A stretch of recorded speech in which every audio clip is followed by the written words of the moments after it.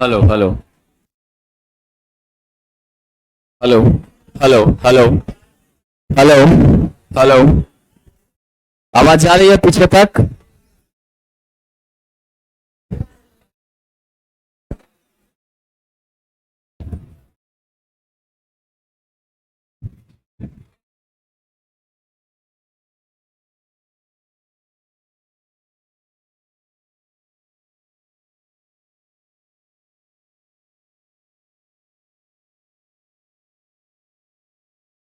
Good evening to all of you. आइए हम लोग शाम का जो समय है इसमें 4 से 6 में आपकी क्लासेस लगातार होंगी आज से। और हम शाम के समय में दूसरा चैप्टर करेंगे, मॉर्निंग में हम लोग दूसरा चैप्टर करेंगे। ठीक है? तो मॉर्निंग में अभी इलेक्ट्रिक ड्राइव चल रही है, वो चलती रहेगी। जब वो कंप्लीट हो जाएगी तो उस जगह पर दूसरा चैप्टर आएगा। और इवनिंग में हम लोग अभी इंडस्ट्रियल वायरिंग और डोमेस्टिक वायरिंग जो है इस चैप्टर को देख रहे हैं। ठीक है? और एक बात ध्यान रखिएगा,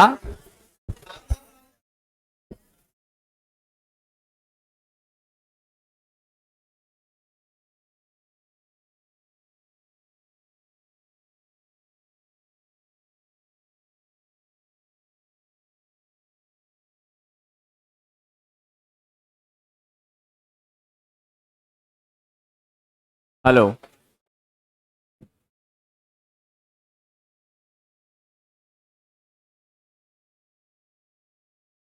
hello hello hello hello hello.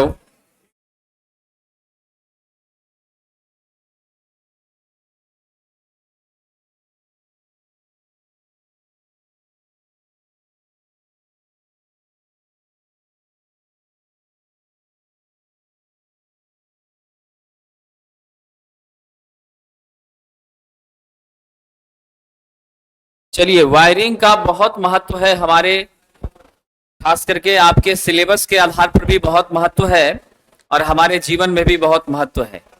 Wiring को आरंभ करने से पहले आप इस बात को समझिए कि जब कभी भी हम इलेक्ट्रिकल वायरिंग करेंगे उसमें एक सबसे महत्वपूर्ण बात हमें ध्यान रखनी है कि हमारा वायरिंग कभी भी लूज नहीं होना चाहिए। अगर वायरिंग आपकी ढीली होगी तो ढीली वायरिंग कहीं ना कहीं स्पार्किंग के उत्पन्न होने का महत्वपूर्ण कारण होती है। और जैसे ही स्पार्किंग उत्पन्न होना शुरू होगी तो स्वाभाविक है आपका सर्किट शॉर्ट होगा और शॉर्ट होने के बाद पूरा का पूरा सिस्टम आपका डैमेज कर जाता है। ये बातें आप सब जानते हैं। अब यहां पर समझिए, ये शब्द आ गया शॉर्ट का, तो मैं आपको यह भी बता देता हूं शॉर्ट शब्द का क्या मीनिंग है। शॉर्ट का शाब्दिक अर्थ है साथियों, जैसे ही हम चर्चा करते हैं शॉर्ट के बारे में तो कोई भी सर्किट जब शॉर्ट होती है तो क्या परिस्थिति पैदा होती है। मान लीजिए यह मेरा कोई नेटवर्क है और हमारे नेटवर्क के इलेक्ट्रिकल में हमेशा दो ही टर्मिनल होते हैं, या तो एक पॉजिटिव टर्मिनल होगा, एक नेगेटिव टर्मिनल होगा। आप इसे चाहें तो 1 बोल सकते हैं या 2 बोल सकते हैं। जीवन भर याद रखना, वैद्युतिक उपकरण के सदैव कितने टर्मिनल होते हैं? 2 ही टर्मिनल होते हैं। अब इस दोनों टर्मिनल को यदि हमने सीधे सीधे एक मोटे चालक तार से जोड़ दिया, कैसा चालक तार होना चाहिए? मोटा चालक तार होना चाहिए, यानी ठीक आपका कंडक्टर होना चाहिए। अब आप कहेंगे ठीक कंडक्टर से क्या फायदा है? साथियों आप ध्यान रखिएगा, दुनिया के किसी भी पदार्थ की अगर हम बात करते हैं, सपोज कर लीजिए सबसे ज्यादा इस्तेमाल में लिया जाने वाला आपका तार क्या है? तांबे का तार है, कॉपर का वायर है। और इस कॉपर के वायर की खासियत है, इसकी चालकता क्या होती है? चांदी के बाद दूसरे नंबर पर होती है। पहले नंबर पर आपका क्या है साथियों? चांदी है। दूसरे नंबर पर आपका कॉपर है। तीसरे पर आपका सोना है ना? तीसरे पर क्या है साथियों? आपका सोना है। चौथे नंबर पर आपका क्या है? एल्यूमिनियम है। हम सब जानते हैं प्रयोग के दृष्टिकोण से हम कॉपर और एल्युमिनियम का सबसे ज्यादा इस्तेमाल करते हैं। यदि कहा जाए कमर्शियल एप्लीकेशन के पर्पज से, व्यवसायिक उपयोग के दृष्टिकोण से देखें तो मेरा सबसे ज्यादा उपयोग में तांबा लिया जाता है और दूसरे नंबर में क्या लिया जाता है, एल्यूमिनियम लिया जाता है। ये दोनों हमारे अच्छे चालक पदार्थों में हैं। हम चांदी और सोने का इस्तेमाल नहीं करते क्योंकि ये बहुत कॉस्टली होता है।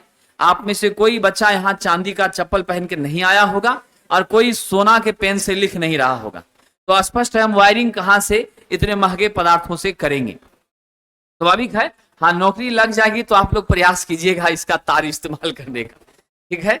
अब आइए, तो हमने यहां पर मोटा तार दिया। किसी भी मेटल के लिए आप जीवन भर याद रखना, हमारी प्रतिरोध जो होती है वो R equal to rho L by A होती है। साथियों आपकी L क्या है, इस चालक तार की लंबाई है ना साथियों। हमारा A क्या है, क्रॉस सेक्शन एरिया यानी मोटाई है। A क्या है, क्रॉस सेक्शन एरिया, अनुप्रस्थ काट का क्षेत्रफल, और ये क्या बताती हैं, हमारे तार की मोटाई को बताने का काम करती है।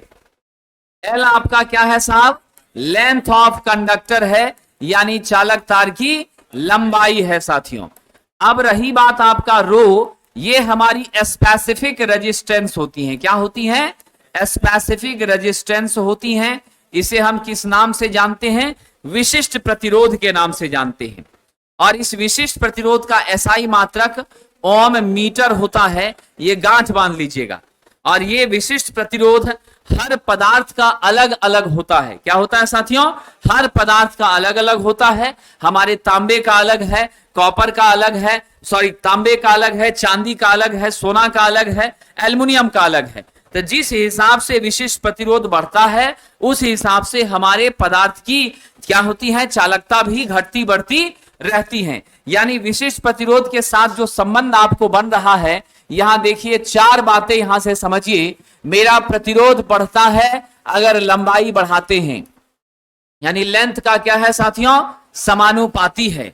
हमेशा याद रखिएगा, किसी भी मेटल का, किसी भी धातु का जो प्रतिरोध है वह लंबाई के समानुपाती होता है।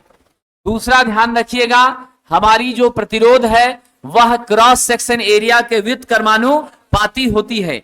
यानी मोटाई बढ़ेगी, प्रतिरोध घटेगा। मोटे तार का प्रतिरोध क्या होता है, कम। प्रतिरोध कम होना मतलब रुकावट कम होना, धारा के प्रवाह के लिए रास्ता बहुत आसान हो जाता है। हमारी करंट बहुत आराम से वहां से क्या करती है, पास करती है। अगर पतला तार है तो प्रतिरोध वहां ज्यादा होता है और धारा कम प्रवेश कर पाती है, कम पास कर पाती है। तीसरा आपने क्या देखा, मेरा R निर्भर करता है पदार्थ की प्रकृति पर। किस पर साथियों, पदार्थ की प्रकृति। पदार्थ की प्रकृति को हम कैसे व्यक्त करते हैं, रो से व्यक्त करते हैं। जैसे मैंने कहा आपसे, चांदी है बहुत अच्छा चालक होगा, करंट धड़ल्ले से जाएगी। मैंने कहा कॉपर होगा तो चांदी की अपेक्षा इसकी चालकता थोड़ी कम है, यानी प्रतिरोध थोड़ा ज्यादा है, तो इसमें थोड़ी सी क्या होगी, रुकावट प्राप्त होगी। जैसे जैसे आगे बढ़ते जाएंगे आपका रुकावट क्या होगा, और भी ज्यादा बढ़ता चला जाएगा। और जो चौथा डिपेंड करता है कोई भी मेटल का प्रतिरोध, वह कहीं न कहीं तापमान पर भी निर्भर करता है। टेम्परेचर बढ़ती है, प्रतिरोध भी बढ़ता है। ये 4 नियम यहां जो आपने जाना है, इसी चारों को हम क्या कहते हैं, लॉ ऑफ रेजिस्टेंस कहते हैं, प्रतिरोध का नियम कहते हैं। यानी आपको ध्यान रखना है, प्रतिरोध के नियम से हमें 4 बातें पता चलती है। प्रतिरोध का नियम कहता है किसी भी धात्विक कंडक्टर का, किसी भी मेटालिक कंडक्टर का प्रतिरोध 4 मुख्य बिंदुओं पर निर्भर करता है। पहला, हमारे उस धातु की लंबाई पर। अगर लंबाई बढ़ती है तो प्रतिरोध भी बढ़ता है। अगर मेरा मोटाई, क्रॉस सेक्शन एरिया बढ़ती है तो प्रतिरोध घटता है, यानी व्युत्क्रमानुपाती होती है। तीसरा नेचर ऑफ मटेरियल, यानी पदार्थ की गुणवत्ता कैसी है उस पर निर्भर करता है। और चौथा, तापमान पर।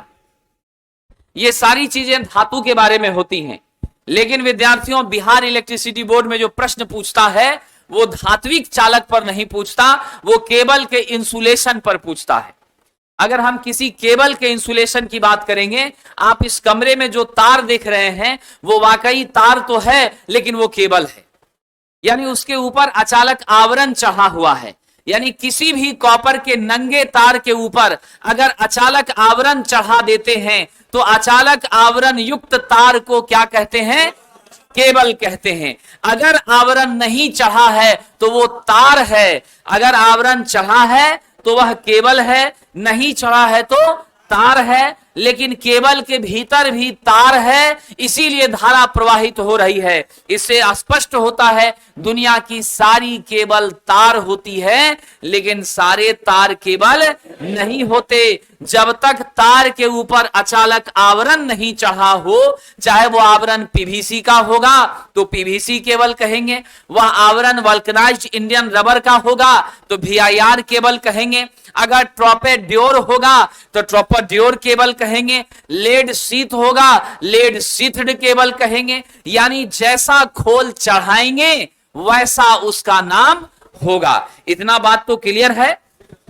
अब इतना कुछ समझने के बाद अब आपको मैं बताना चाहता हूं, केबल तो मेरा देख लिया आपने, तांबे का तार यहां है, लेकिन इस तांबे के तार के ऊपर मैंने ये ब्लैक कलर का क्या किया?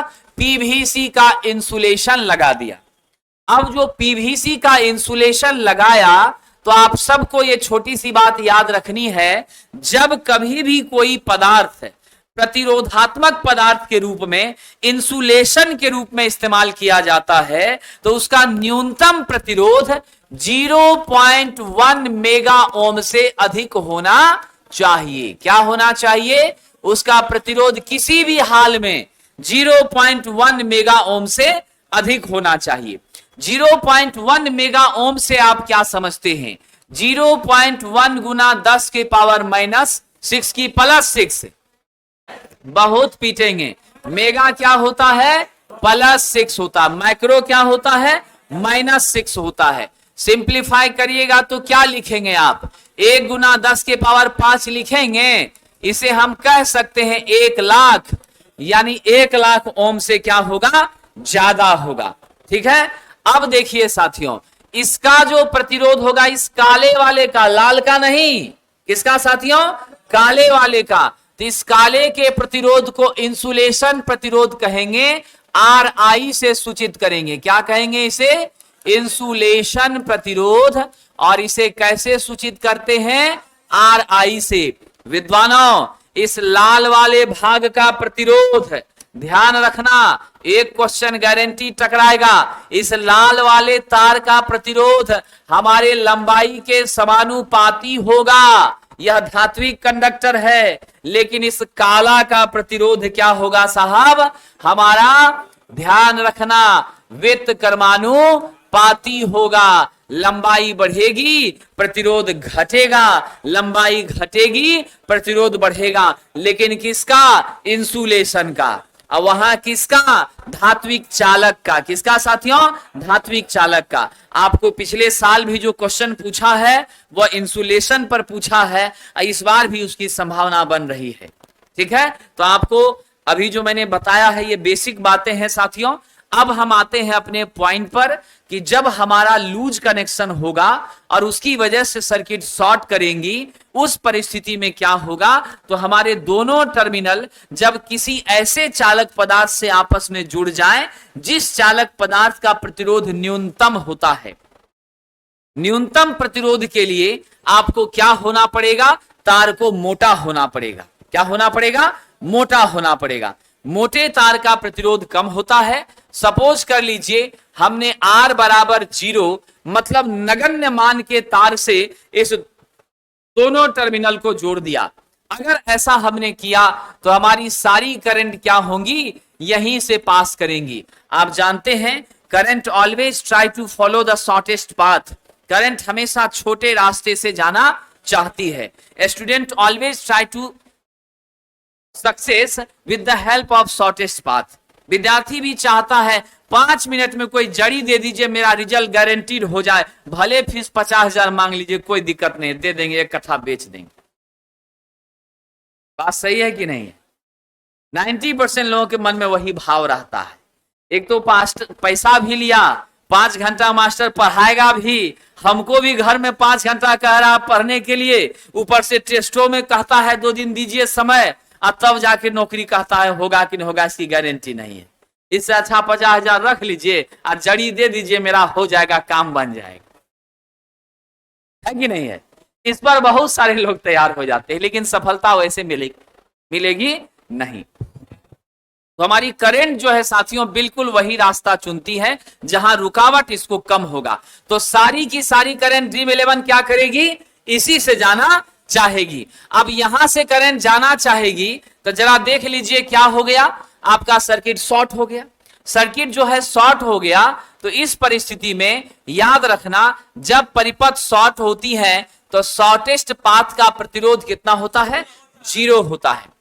शॉर्टेस्ट पाथ से जाने वाली करंट का मान मैक्सिमम होता है, अनंत होता है। लेकिन उस शॉर्टेस्ट पाथ का वोल्टेज क्या होता है, ध्यान रखिएगा, उसका वोल्टेज कितना होता है, V बराबर I इंटू आर लिखते हैं ना ओम के नियम से। I तो आपकी मैक्सिमम है, लेकिन रेजिस्टेंस क्या है, 0। आर्यभट्ट ने इसी भूमि में पैदा होकर शून्य में वो ताकत दे दी थी, जिसके गुना में आएगा उसका सब कुछ नाश कर देगा। तो मेरा वोल्टेज क्या हो जाता है, 0 हो जाता है। तो आप याद रखिएगा, अगर परिपथ शॉर्ट होती है तो हमारे वोल्टेज का मान 0 हो जाता है और उस शॉर्टेस्ट पाथ का रेजिस्टेंस भी 0 हो जाता है और उससे होकर जाने वाली धारा का मान मैक्सिमम यानी अनंत हो जाता है। इतनी सारी बातें समझ गए आप लोग। साथ साथ आपने यह भी समझा, किसी भी धात्विक चालक का प्रतिरोध उसकी लंबाई बढ़ने से बढ़ता है, लंबाई घटने से घटता है। लेकिन उसी धात्विक चालक के ऊपर अगर हमने अचालक आवरण लगा दिया ताकि उस तार को हम हाथ से पकड़ लें, हमें झटका ना लगे, तो उस अचालक आवरण का जो प्रतिरोध है वो साथियों क्या होता है, लंबाई का व्युत्क्रमानुपाती होता है। कोई कंफ्यूजन तो नहीं विद्यार्थी जी। चलिए क्वेश्चन इसी पर दे दें आप लोगों को बनाने के लिए। चलिए जरा, जब आप लोग समझ गए हैं तो एक क्वेश्चन भी इस पर देते हैं।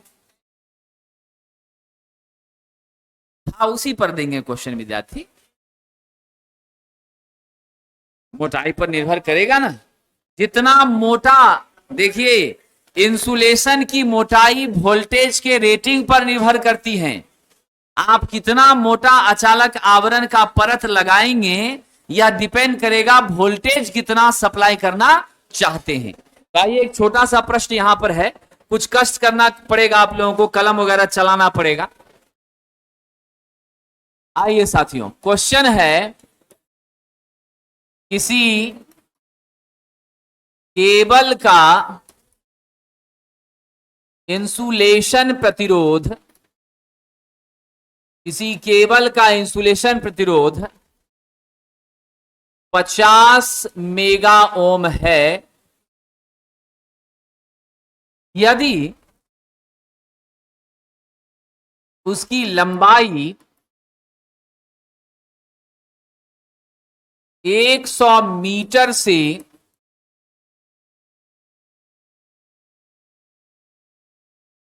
1000 मीटर कर दी जाए तो इंसुलेशन प्रतिरोध होगा,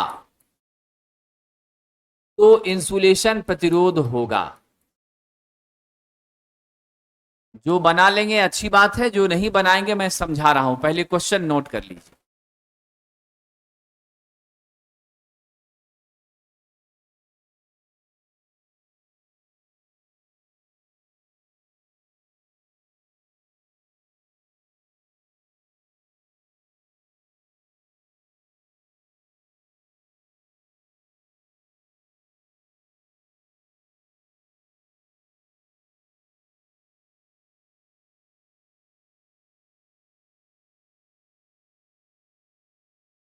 आइए,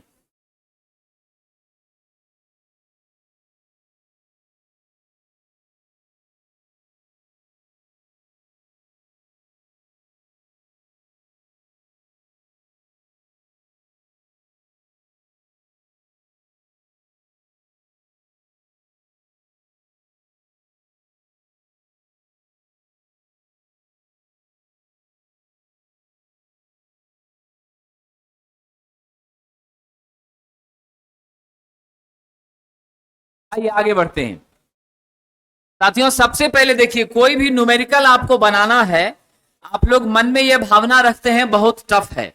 सबसे पहले तो आप इस बात को समझिए कि न्यूमेरिकल कठिन नहीं होता है, उसके लॉजिक को समझना हमारे लिए आवश्यक होता है।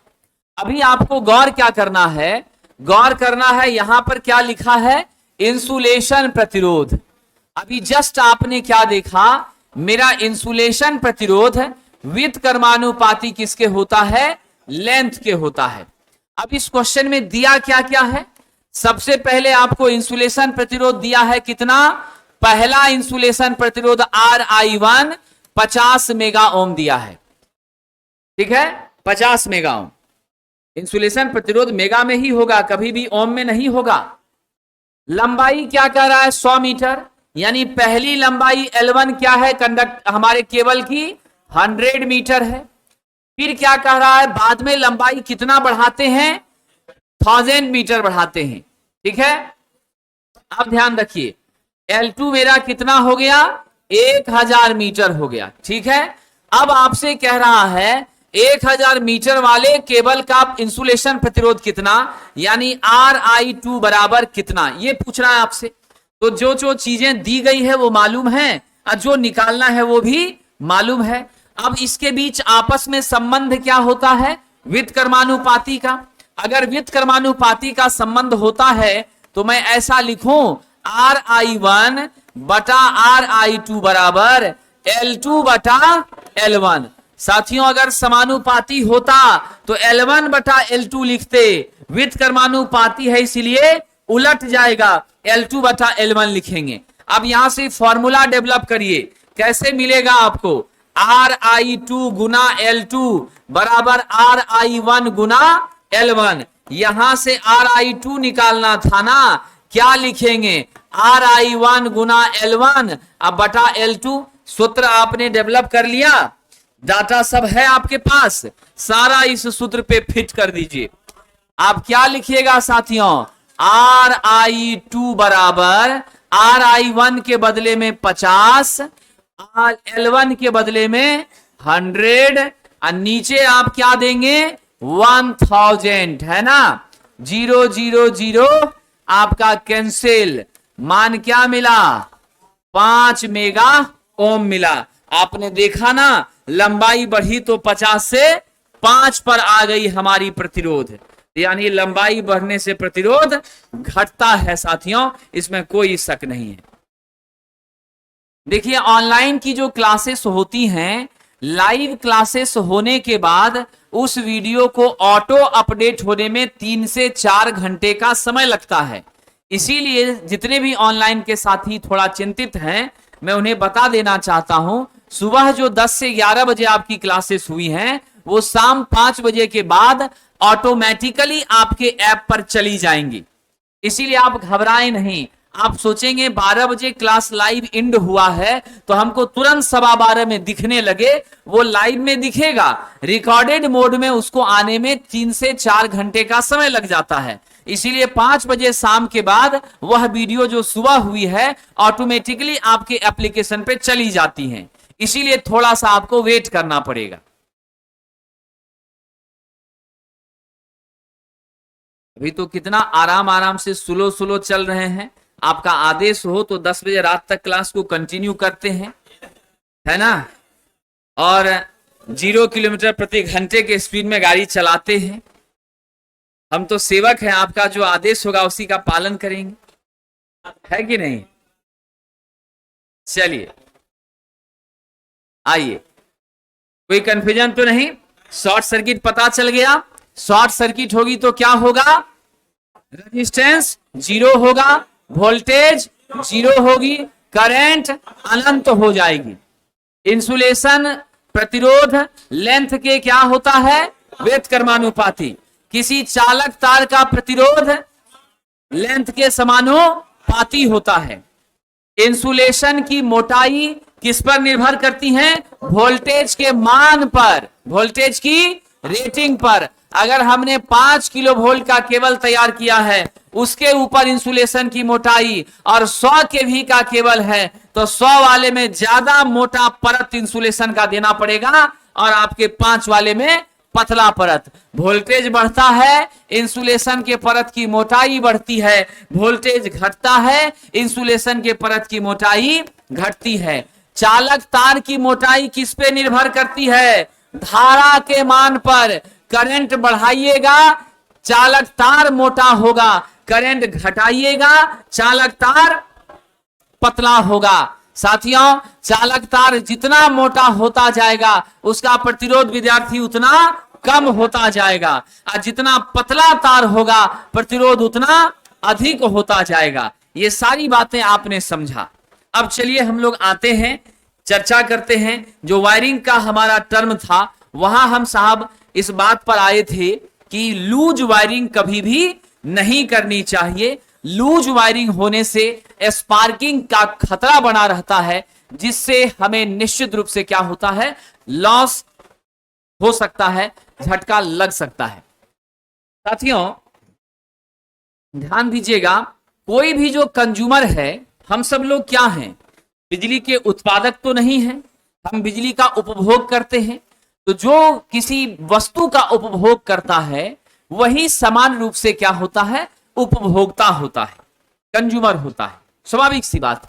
तो हम लोग कंज्यूमर हैं और हमें भी अपने घरों में बिजली की आवश्यकता है, और बिना बिजली के तो आप समझ रहे हैं हमारा जीवन ही अधूरा है। अगर बिजली एक दिन ना रहे तो आपको भोजन भी नसीब नहीं होगा, पानी तक आप पी नहीं पाएंगे, क्योंकि सब कुछ बिजली पर ही निर्भर है। और सबसे ज्यादा तो आपकी सांसें रुक जाएगी, आपका मोबाइल चार्ज नहीं होगा, और आपकी धड़कन कहां है? मोबाइल के अंदर है कि नहीं है? बिल्कुल। हम चले जाए तो चले जाए, मेरा मोबाइल सुरक्षित रहना चाहिए, ऐसी मानसिकता हमारे जीवन में आ गई है। खास करके हमारे ऑनलाइन वाले मित्र तो बहुत नाराज हो जाएंगे। वो कैसे क्लास देख पाएंगे अगर लाइट चली जाएगी? तो दिक्कत हो जाएगी। इसलिए लाइट कम से कम 3 महीने रहे, अब बाद में आप हमेशा के लिए लाइट रखते रहिए, ठीक है कि नहीं? तो आइए साहब, घरेलू उपकरण को क्या चाहिए? विद्युत सप्लाई चाहिए। अब आप कहेंगे वैद्युतिक उपकरण क्या होता है? वो सभी उपकरण, वो सभी सामान जो बिजली का इस्तेमाल करके हमें सुविधा प्रदान करते हैं, यानी पावर के रूप में इलेक्ट्रिसिटी को कंज्यूम करते हैं और हमारे जीवन को सरल बनाते हैं, उसे हम क्या कहते हैं? वैद्युतिक उपकरण कहते हैं, इलेक्ट्रिकल डिवाइसेस कहते हैं साथियों। और आपको जितना भी उपकरण है उन सब को क्या देना है? सप्लाई। और उसको सप्लाई देने की जो व्यवस्था आप करते हैं उसी को वायरिंग कहते हैं, ठीक है? यानी जिस प्रक्रिया के माध्यम से घरेलू उपकरणों को, चाहे आपका पंखा है, चाहे आपका ट्यूबलाइट है, चाहे आपकी रेफ्रिजरेटर है, कूलर है, हीटर है, कोई भी आपके घर में लगा हुआ उपकरण है जो आप अपनी सुविधाओं के लिए लेकर आए हैं, उन सब को विद्युत की सप्लाई पहुंचाने के लिए आप जिस तरह की व्यवस्था करते हैं वही व्यवस्था क्या कहलाती है? वायरिंग कहलाती है। आप कई बार देखते होंगे, हमें यहां बोर्ड है, उस कोने में बल्ब जलाना है, सीधा तार लटकाते हुए लेकर वहां चले जाते हैं। उसमें क्या होता है? कोई भी स्टूडेंट आ रहा है, जा रहा है, बार बार तार को ऊपर करके आ रहा है, जा रहा है, ध्यान नहीं रहा, उसी में फंस गया, झटका लग गया, टूट गया, बल्ब भी डैमेज हो गया। इसी को हम सजा करके वायरिंग करते हैं। दीवार में कांटी ठोक करके देखिए लिया गया। फिर और उत्तम किया तो पाइप के भीतर से लेकर गए, और उत्तम किया तो सेटरिंग करने के समय ही हमने पाइप बिछा दिया। ढलाई करने से पहले, प्लास्टर करने से पहले दीवार को काट करके उसमें पाइप घुसाया और तब प्लास्टर कर दिया। कहीं कुछ दिखाई नहीं दे रहा है। और आपका जो बोर्ड आप लोग आजकल खरीदते हैं, जिस कलर की दीवार की पेंटिंग होती है उसी कलर का आप डिस्ट्रीब्यूशन बोर्ड लगाते हैं, उसी कलर का स्विच लगाते हैं, बड़ा खूबसूरत लगता है। यानी इस तरह की जो वायरिंग है वो क्या कहलाती है? Concealed conduit wiring. कंड्यूट मतलब पाइप होता है। कैसा साहब? खोखला पाइप जो आपके सामने दिख रहा होगा। तो खोखले पाइप के भीतर से तार ले जाते हैं और उस तार को भी हमने किसके अंदर छिपाया? पाइप के अंदर। आप पाइप को भी दीवार के अंदर छिपा दिया, इसीलिए इसको छिपी हुई पाइप वाली वायरिंग अंग्रेजी में कंसील कंड्यूट वायरिंग कहते हैं। सबसे नंबर 1 और बेस्ट वायरिंग वही है। हम लोग इन्हीं सारी चीजों के बारे में इस चैप्टर में पढ़ने वाले हैं। तो वायरिंग आप समझ गए। घरेलू उपकरण को सप्लाई देने के लिए जो व्यवस्था की जाती है वही हमारी क्या है, वायरिंग है साथियों। अब ये वायरिंग आप अपने मन से नहीं कर सकते। अभी तो आपको परीक्षा पास करने के लिए पढ़ना है, लेकिन जब आप जॉब में चले जाएंगे तो आपका ट्रेनिंग भी होगा और उस ट्रेनिंग के आधार पर आपकी परीक्षा भी होगी डिपार्टमेंट के अंदर, और देन आपका क्या होगा, प्रमोशन, और आपका प्रोबेशन पीरियड खत्म होकर आप अस्थायी नियुक्त होंगे। फिर जो पे स्केल है वह मिलना चालू होगा, समझ गए। और अभी 40 वैकेंसी जेई की आई है एक्सटर्नल, लेकिन 198 वैकेंसी इंटरनल है, डिपार्टमेंटल है। डिपार्टमेंटली जेई की वैकेंसी बहुत ज्यादा है, बाहर बहुत कम है, इसलिए विधानसभा चुनाव के समय में फिर से वैकेंसी आने की पूरी चांसेस बन रही है। अभी जस्ट आधा घंटा पहले मुझे फोन भी आया था, ठीक है। तो आप लोग विधानसभा के चुनाव के इंतजार में मत रहिए। जेई का तो मुझे आश्वस्त किया गया है कि हम विधानसभा चुनाव से पहले जेई का वैकेंसी कंफर्म देंगे। आईटीआई वालों का हमने पूछा था तो उस पर अभी जवाब हमको नहीं मिला है, ठीक है। आईटीआई का संभावना है, उस पर हम अभी गारंटी नहीं दे सकते, लेकिन जेई का तो मैं स्पष्ट बोल रहा हूं कि उनकी वैकेंसी कम से कम 400 प्लस जरूर आएगी आफ्टर लोकसभा चुनाव। अब आइए साथियों, भारतीय विद्युत नियम का हमको पालन करना पड़ता है और इंडियन इलेक्ट्रिसिटी रूल, इसी को शॉर्ट में कहा जाता है आईईआर। आईईआर का पूरा नाम क्या है, इंडियन इलेक्ट्रिसिटी रूल। हम कोई भी काम बिना नियम के नहीं कर सकते हैं, समझ गए। तो इस नियम ने कुछ दिशा निर्देश दिए हैं, जब भी आप वायरिंग करने का काम करेंगे तो उन दिशा निर्देशों का पालन करते हुए करना चाहिए। हालांकि हम सभी लोग ऐसा कुछ करते व्यवहारिक जीवन में नहीं है, लेकिन फिर भी हम नियम का पालन हमें करना चाहिए। क्या क्या कहता है जरा ध्यान रखिएगा।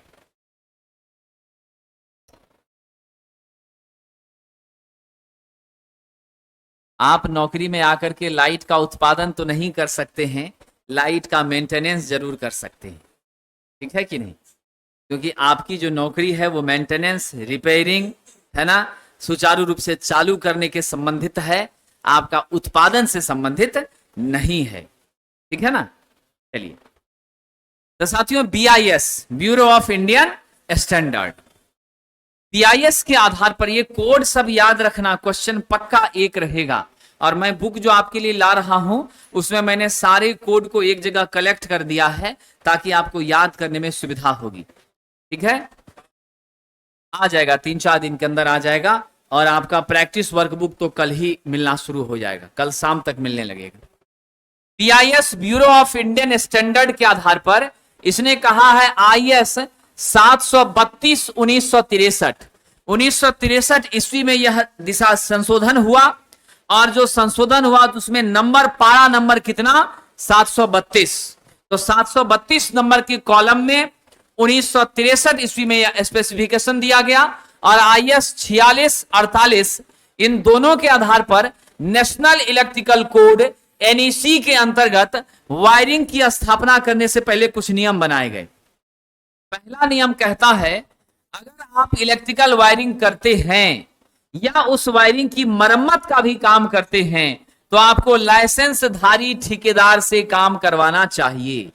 ये नहीं कि इलेक्ट्रीशियन आ गया है अब वही सारा काम कर देगा, उससे नहीं चलेगा। इलेक्ट्रीशियन को भी वायरमैन का लाइसेंस लेना पड़ेगा, और ये लाइसेंस कौन देता है, राज्य सरकार देती है। जो कार्यपालक अभियंता का कार्यालय है, हर एक जिले में विकास भवन होता है, उस विकास भवन में महीने में, साल में 2 बार अप्लाई करने के लिए निकलता है। आप ऑनलाइन अप्लाई कर सकते हैं, 100 रुपए का उसमें डिमांड ड्राफ्ट देना पड़ता है। उसके बाद आपका परीक्षा होगा, रिटन परीक्षा होगा, ठीक है। उसके बाद इंटरव्यू आयोजित होती है, और तब जाकर के आपको लाइसेंस मिलता है। साथियों, 2 साल का कार्य अनुभव किसी वैध कंपनी का होना चाहिए, आईटीआई प्लस 2 ईयर का वर्किंग एक्सपीरियंस, तब आप अप्लाई कर सकते हैं। और वह लाइसेंस मिलने के बाद बहुत सारे बच्चे, आप लोग सुनते होंगे कहां इलेक्ट्रीशियन है, तो सऊदी में है, आपका क्या कहते हैं कि अबू धाबी में चला गया, दुबई में चला गया है,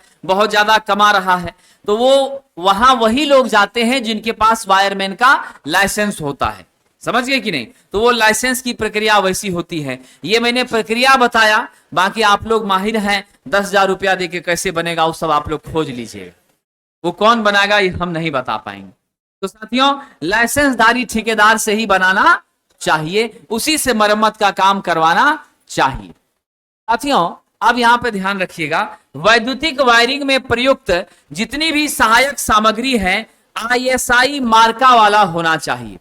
ऐसा नहीं कि लोकल कंपनी का स्विच, लोकल कंपनी का तार, लोकल कंपनी का बोर्ड, लोकल कंपनी का MCB ये सब यूज करेंगे तो नहीं चलेगा। सब क्या होना चाहिए? ISI के मार्का लगा होना चाहिए।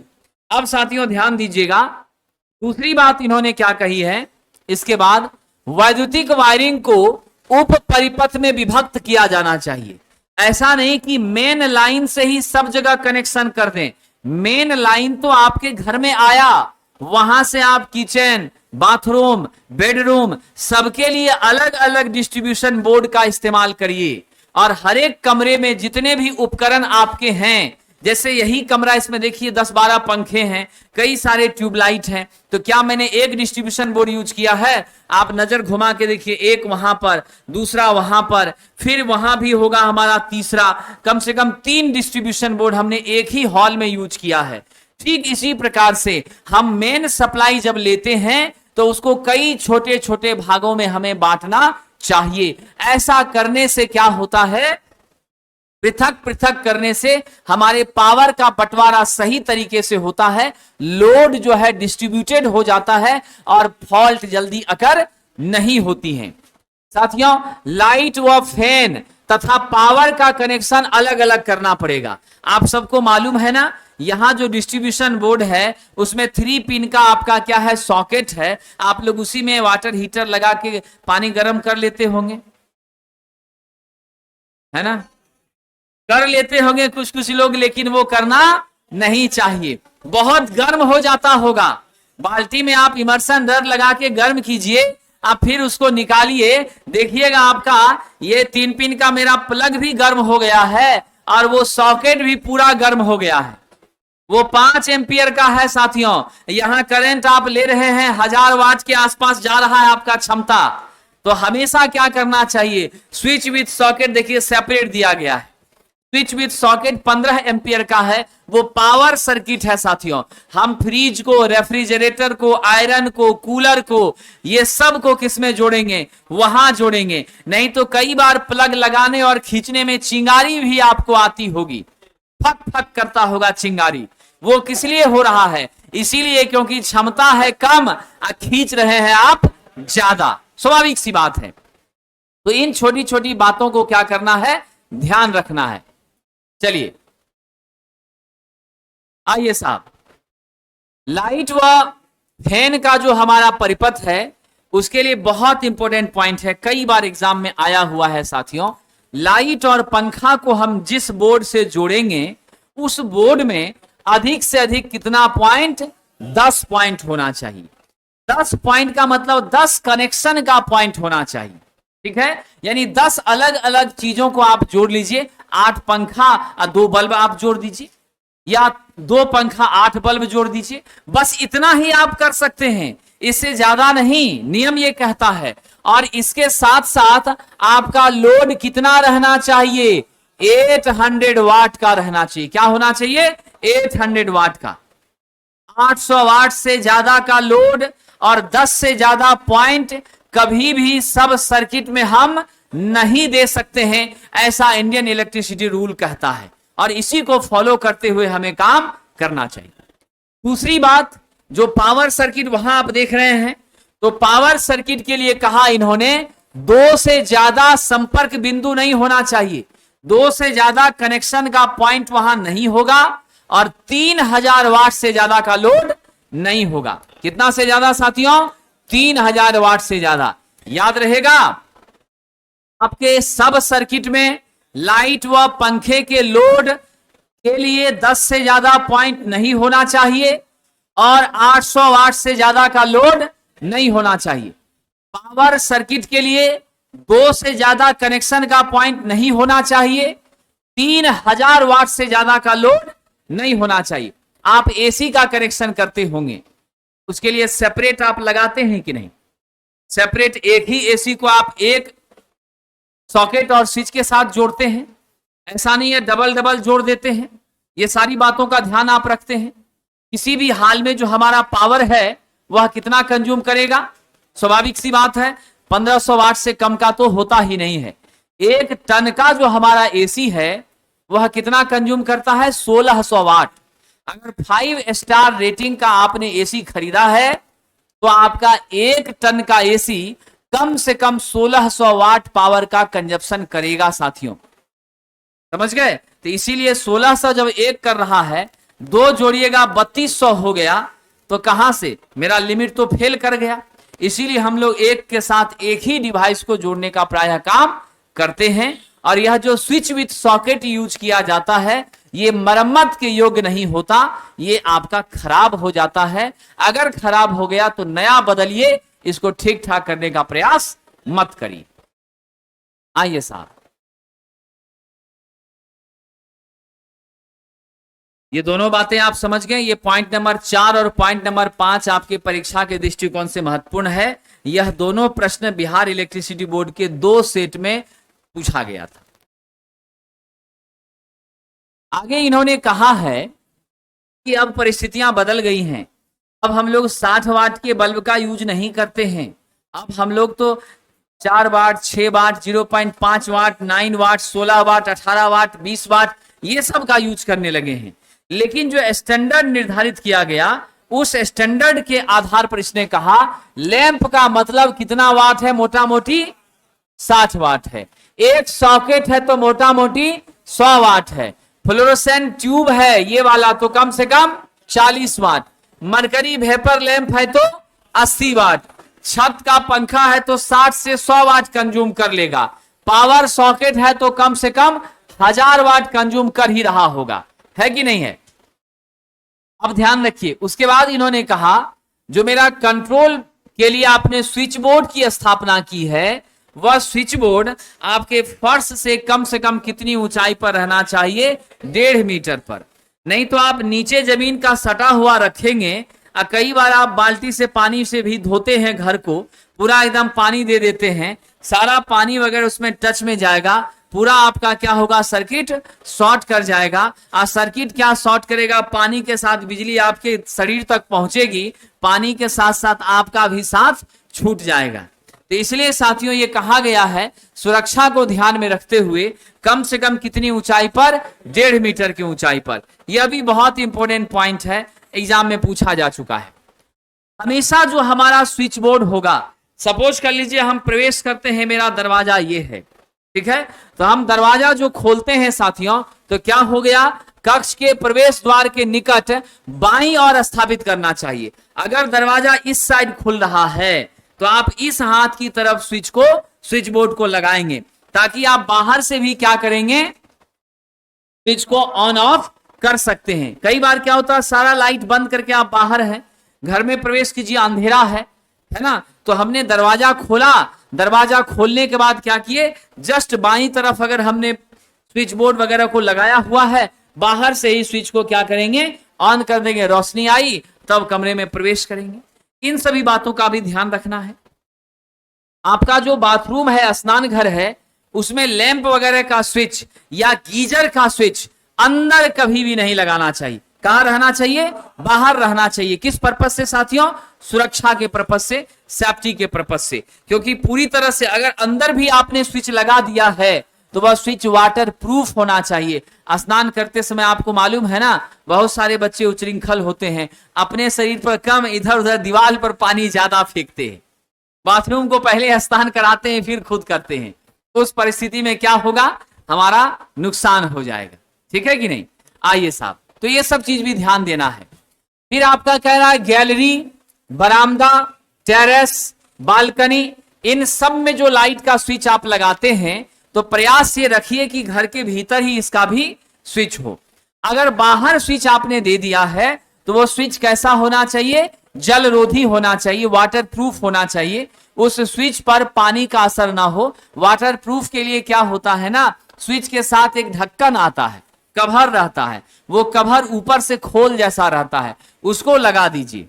जैसे आप लोग मोबाइल के ऊपर कवर लगाते हैं ना, जैसे मोबाइल में कवर लगा हुआ है, ऊपर भी हम स्क्रीन गार्ड लगाते हैं, है कि नहीं है? ठीक उसी प्रकार उस स्विच के ऊपर भी एक वाटरप्रूफ कवर आता है, वो कवर उसमें अलग से फंसा दीजिए। क्या होगा? बारिश का पानी आए, छींटा पड़े, है ना, क्योंकि आपके टेरेस में, बालकनी में तो बारिश के पानी का झटका आता ही है, छींटा आता ही है, पूरा भींग जाता है। अगर वो छींटा हमारे स्विच पर भी आए तो कोई असर ना पड़े, मेरा स्विच आराम से काम करता रहे। नहीं तो क्या करेंगे आप? भींगे हुए स्विच पे जाएंगे और स्विच ऑन करेंगे, झटका आपको लग सकता है, थोड़ी दिक्कत हो सकती है। इन सभी बातों का भी ध्यान रखना है। फिर इन्होंने कहा है घर के बाहर जो भी आप लाइट पॉइंट लगाते हैं, सारा लाइट पॉइंट कैसा होना चाहिए? वाटरप्रूफ होना चाहिए। फिर इन्होंने कहा सॉकेट समान रूप से 3 पिन वाला ही लगाना चाहिए। 3 पिन के सॉकेट में आपको याद रखना है, हमारी जो 3 पिन की सॉकेट होती हैं, एक पिन मोटा होता है और बाकी 2 पिन समान साइज का होता है। जो मोटा वाला पिन है ना, इसे अर्थ पिन कहते हैं। ये क्यों इस्तेमाल किया जाता है? ये इस्तेमाल किया था अर्थिंग के लिए, प्रोटेक्शन के लिए, सुरक्षा के लिए।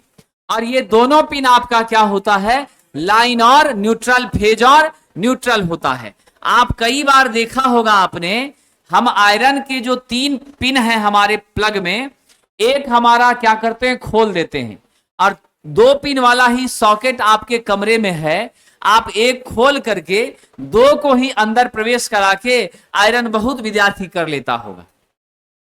समझ गए? निश्चित रूप से बहुत बच्चा तो मास्टर होल्डर में भी एक खोल दिया, दोनों घुसा दिया, अब मास्टर होल्डर में लगा के आयरन कपड़ा पर कर लेता होगा।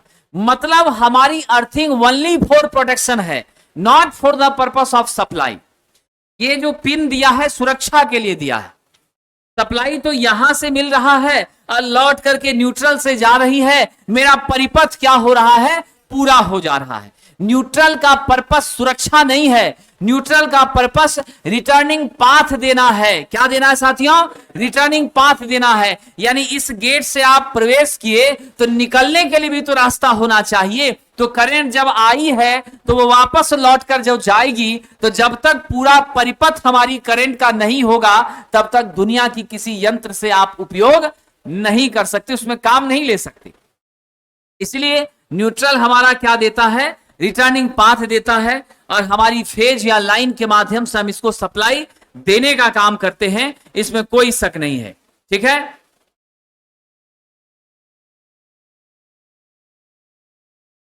क्या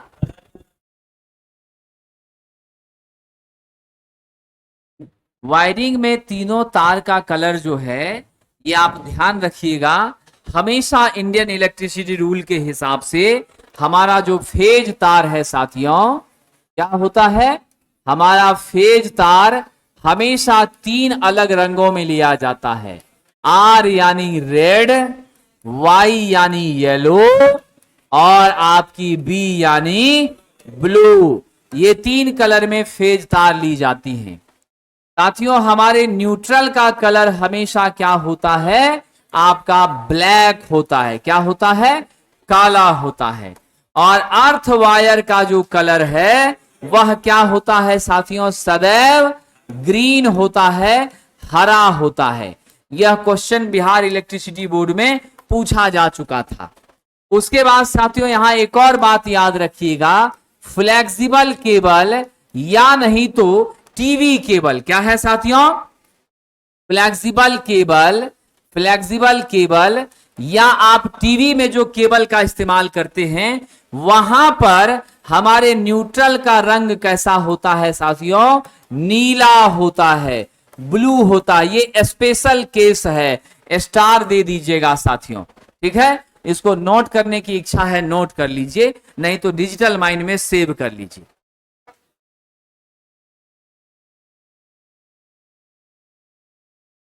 अब हमारे घर में सिंगल फेज का सप्लाई है तो एक ही भेज ना होगा, है कि नहीं है? जब आप आटा चक्की का मिल खोल के रखे हैं, बर्फ फैक्ट्री है, आपका साहब गैराज है, तो अब जाकर के तीनों भेज आएगा। समझे कि नहीं? तो हम अपने घरों में तो सिर्फ सिंगल फेज यूज करते हैं, तो एक ही रहेगा मेरा, लाल कलर का ज्यादा यूज कर लेते हैं, है कि नहीं है, ये मामला है। बाकी अब तो आप अपना पसंद से तार ऑर्डर करिएगा, कौन दिक्कत है, लेकिन स्टैंडर्ड यही कहता है।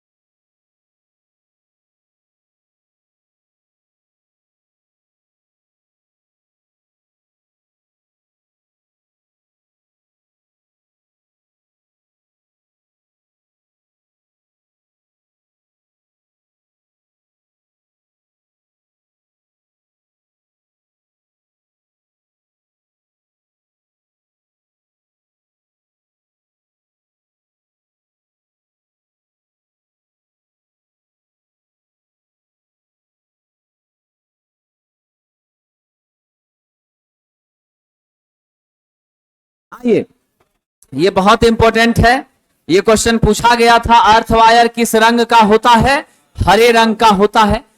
हमारी न्यूट्रल फ्लेक्सिबल लचीले केबल में क्या होती हैं, आपका ब्लू कलर की होती हैं, बाकी हमेशा क्या होता है साहब, आपका काले कलर का होता है। Concept clear. अब ये रंग था हमारे इंडियन इलेक्ट्रिसिटी रूल के हिसाब से। चलिए, जितने भी छात्र चिंतित हैं, बुक की गुणवत्ता के लिए थोड़ा समय लगता है। हमने बिहार इलेक्ट्रिसिटी बोर्ड का पूरा जो प्रैक्टिस टेस्ट है वो तैयार कर लिया था, लेकिन अचानक से क्या हुआ तो हमें उसकी क्वालिटी पर थोड़ा सा डाउट लगा। हमने लास्ट टाइम में डिसीजन चेंज किया, जिस वजह से समय लग रहा है। और आपको बता दें कि रात में 3 बजे 4 बजे तक हम पिछले 3 दिन से जगे हुए हैं, समझ गए, आपकी क्लासेस होने के बाद। और उस समय में आपके प्रैक्टिस बुक का काम ही फाइनल करा रहे हैं। सारा टाइपिस्ट को 2 नाइट से ड्यूटी लगा हुआ है, होल नाइट टाइपिस्ट काम कर रहा है। आज शाम में किताब प्रेस में जा रही है, समझ गए, और कल शाम होते होते मार्केट में आ जाएगी। अगर गुणवत्ता बढ़िया करना है तो थोड़ा पेशेंस रखना पड़ता है, समझ गए। और रुक्मिणी की किताब हमेशा से क्वालिटी के लिए जानी गई है, इसीलिए आप उसको खरीदते भी हैं। अगर क्वालिटी नहीं मिलती तो हजारों पब्लिकेशन का किताब है, आप उसको कभी नहीं लेते, समझ गए। तो और दूसरे नंबर पर जो बिहार वाली किताब है 90% तैयार है हमारा, उसमें हम थोड़ा संशोधन कर रहे हैं। वह यह कि जितने भी आपके रूल्स हैं वो सब नियम से 2 क्वेश्चन का चांसेस है, तो सारा रूल को हम एक जगह इकट्ठा कर दिए। जितना भी चैप्टर है उस चैप्टर का फॉर्मूला उसी चैप्टर के साथ अटैच कर दिए, ताकि न्यूमेरिकल के साथ दिक्कत नहीं हो सेलेक्ट करने में। फॉर्मूला ऊपर रखवा रहे हैं, न्यूमेरिकल उससे पूछा गया वहीं सॉल्व करके दे रहे हैं, प्लस उस पैटर्न का 5-8 न्यूमेरिकल भी वहीं पर बना के दे रहे हैं, ठीक है। अब फिर संभावित ऑब्जेक्टिव भी सटा रहे हैं। ऐसा पैटर्न को थोड़ा मैनेज करने में, उठाने में, सेट करने में थोड़ा समय लग जाता है। इसी लेकर के रविवार होते होते हमारा काम फाइनल हो जाएगा, ठीक है कि नहीं। अगर हम मान लीजिए 3 दिन क्लास बंद कर दें तो काम तुरंत हो जाएगा, लेकिन जिम्मेदारी क्या है कि क्लास को भी बचाए रखना है, बंद नहीं करना है और उस काम को भी मेंटेन करना है। इसलिए करके, और आप सब जानते हैं हम किसी चेला चपाली से लिखाते नहीं हैं, सारा काम हम खुद से करते हैं, इसीलिए क्वालिटी भी किताब में मिलता है। नहीं तो बाकी सारे लोग लिखवाते किसी और से हैं और नाम अपना देते हैं, बैनर पोस्टर प्रचार खूब होता है, तो वो चीज हमारे अंदर नहीं है। इसलिए थोड़ा सा आप लोगों को कॉपरेट करने की जरूरत है। 2 से 3 दिन वेट करिए, ये बुक आती है फिर वो भी आ जाएगी, और जैसे वो आएगी तो उसके 1 सप्ताह बाद स्पेशल न्यूमेरिकल का भी किताब आ जाएगा। और हम लोगों के पास ये प्रेशर रहता है किताब की कीमत कितनी कम रखी जाए। कम रखने के लिए हमको पेज को सिंक्रोनाइज कराना पड़ता है, पेज बढ़ता है, कागज का कॉस्ट बढ़ता है तो प्राइस भागता है, समझ गए कि नहीं। हम लोगों का पूरा प्रयास रहता है कि 200 के अंदर में छात्रों को किताब मिले, लेकिन कागज महंगा हो गया है तो हमारी मजबूरी है कि वो नहीं कर पाते, लेकिन टेस्ट सीरीज तो जरूर 200 के भीतर का ही है, ये कंफर्म है। अब देखिए यहां पर ध्यान दीजिएगा, अब सॉकेट सामान्य रूप से क्या है, 3 पिन वाला ही लगाना चाहिए, क्योंकि बिना सुरक्षा के हमें कभी भी विद्युत के साथ खिलवाड़ नहीं करना चाहिए। ये किसी का सगा नहीं है साथियों। थॉमस अल्वा एडिसन भी या माइकल फेराडे भी अगर इसके संपर्क में आए होते तो शायद वह भी बच नहीं पाते, किसी को नहीं पहचानता है। इसीलिए ये ध्यान रखिएगा, इलेक्ट्रीशियन का सबसे पहला नियम है फर्स्ट सेफ्टी देन वर्क। आप जब भी जॉब में जाएंगे तो पहले सुरक्षा का पाठ ही आपको पढ़ाया जाएगा, तब आपको काम में भेजा जाएगा, समझ गए कि नहीं। कई सारे बच्चों को हम ग्रिड स्टेशन ले गए थे पिछले साल, उसमें शायद कोई होगा, तुम गया था जी उस पुराने बैच में, शायद कोई नहीं है यहाँ पर। ग्रिड स्टेशन ले गए थे, वहां पर एसबीओ के पद पर लड़की ही कार्यरत थी, पिछली वैकेंसी में उसका सिलेक्शन हुआ था। हर एक वोल्टेज के लेवल के हिसाब से दस्ताना होता है, सबकी मोटाई 11 केवी का अलग दस्ताना, 33 का अलग दस्ताना। बिना दस्ताना के आपको कोई भी प्लग को डाउन अप नहीं करना है, लीवर को छूना भी नहीं है, और जूता हमेशा रबर के सोल वाला ही होना चाहिए। ये चप्पल उप्पल पहन के नहीं चलेगा, जूता की आदत डाल लीजिए आप लोग, बिना जूता के जॉब करना संभव नहीं है, ठीक है। तो साथियों यहां ध्यान दीजिएगा, बिना अर्थ पिन के कनेक्शन नहीं करना है। अब यहां पर अर्थिंग पिन बहुत आवश्यक है, और अर्थ पिन मोटा होता है। क्यों मोटा होता है अब आपको समझ में आ गया होगा। मोटा होने से प्रतिरोध कम हो जाता है, अब प्रतिरोध कम होता है तो हमारी लीकेज करंट धड़ल्ले से चली जाती है। अब आपके मन में आएगा लीकेज करंट क्या है, ये वो करंट है जो हमारे उपयोग में नहीं आ रही है, समझ गए कि नहीं, मतलब फालतू की करंट है, बर्बाद होने वाली करंट है। Concept clear. तो जैसे ये लीकेज करंट मिलेगी कहां पर, सपोज कर लीजिए डिजिटल बोर्ड है, इसका ये जो बाहर का पैनल है ये धातु का है, मेटल का है, ये लीकेज करंट इसी मेटल के भाग में साहब आपको मिलेगी। अगर मैंने इसको टच किया, झटका मार रहा है, मतलब स्पष्ट है लीकेज करंट यहां पर मौजूद है। उस लीकेज करंट को अगर हमने पृथ्वी में नहीं भेजा, अर्थ करके अगर उसको हमने दूर नहीं किया, तो निश्चित रूप से हम क्या होंगे, विद्युत के झटके के शिकार होंगे। 10 मिली एम्पियर की करंट है तो 3 से 4 सेकंड में विदा हो जाएंगे। 50 मिली एम्पियर की करंट है तो हमें क्या होगा, हार्ट हमारा ब्लॉक कर जाएगा। अगर तुरंत हॉस्पिटल पहुंचाए तो चांस है कि बच सकते हैं। 200 मिली एम्पियर का करंट होगा, यहीं जल जाएंगे, बचने का कोई उपाय नहीं है, टिकट कट जाएगा। इसीलिए सुरक्षा के लिए क्या आवश्यक है, अर्थिंग बहुत ही आवश्यक है साथियों। ध्यान रखिएगा, हम लोग 5 एम्पियर का जो है रेटिंग इस्तेमाल की जाती है। जितना भी ये छोटा छोटा आप देख रहे हैं बोर्ड, डिस्ट्रीब्यूशन बोर्ड, वो 5 एम्पियर का वहां फ्यूज है, और ये बड़ा वाला आपका 15 का है, ठीक है। नवोदय विद्यालय समिति का जब टेक्नीशियन का परीक्षा हुआ था, उसमें साथियों आपसे पूछा गया था, जो लोग गए थे स्किल टेस्ट में, उन बच्चों को सीधा पूछ दिया गया था, सामने जो सॉकेट लगा है कितने एम्पियर का है। ये जो सॉकेट विद स्विच है वो 15 एम्पियर 16 एम्पियर का है, 15 या 16 का है। वहां जो है वो 5 एम्पियर का है, डिस्ट्रीब्यूशन बोर्ड में 5 या 6 का है। Standard value 6 ampere, 16 ampere, 32 ampere होती हैं। हम साधारणतः 5, 6, 15, 16 बोल दिया करते हैं। समझ गए कि नहीं, ये ध्यान रखिएगा। 32 वाला का जहां ज्यादा पावर कंजप्शन है वहां यूज होगा, आपका मॉल वगैरह में यूज होगा, जहां हम लोग माइक्रोवेव ओवन लगा रहा है, बीकानेर सबका किचन उचन है, हीटर सब लगा हुआ है, वैसा जगह पर यूज होगा। यानी पावर कंजप्शन जहां ज्यादा वहां उतने एम्पियर की धारा का खपत होगा, उस हिसाब से होगा। साथियों ध्यान रखिएगा, जितना भी सॉकेट होगा और ये सारी चीजों को जो आप एस्टेब्लिश करेंगे वो सब कहां करेंगे, अपने फ्लोर से, सतह से कम 1.5 मीटर की ऊंचाई पर करेंगे, इसमें कोई शक नहीं है। साथियों छत के पंखे के ब्लेड और फर्श के बीच कम से कम कितनी दूरी, 2.5 मीटर की दूरी होनी चाहिए। यानी नीचे से इस पंखा का दूरी 2.5 मीटर कम से कम होगा, 2.5 मीटर, 2.5 मीटर, सेंटीमीटर नहीं मीटर। सेंटीमीटर रहेगा तो तुमको हवा कहां से लगेगा, सब कुछ तुम्हारा चीथड़ा चीथड़ा उड़ा देगा। हाँ 250 सेंटीमीटर ठीक है कि नहीं है।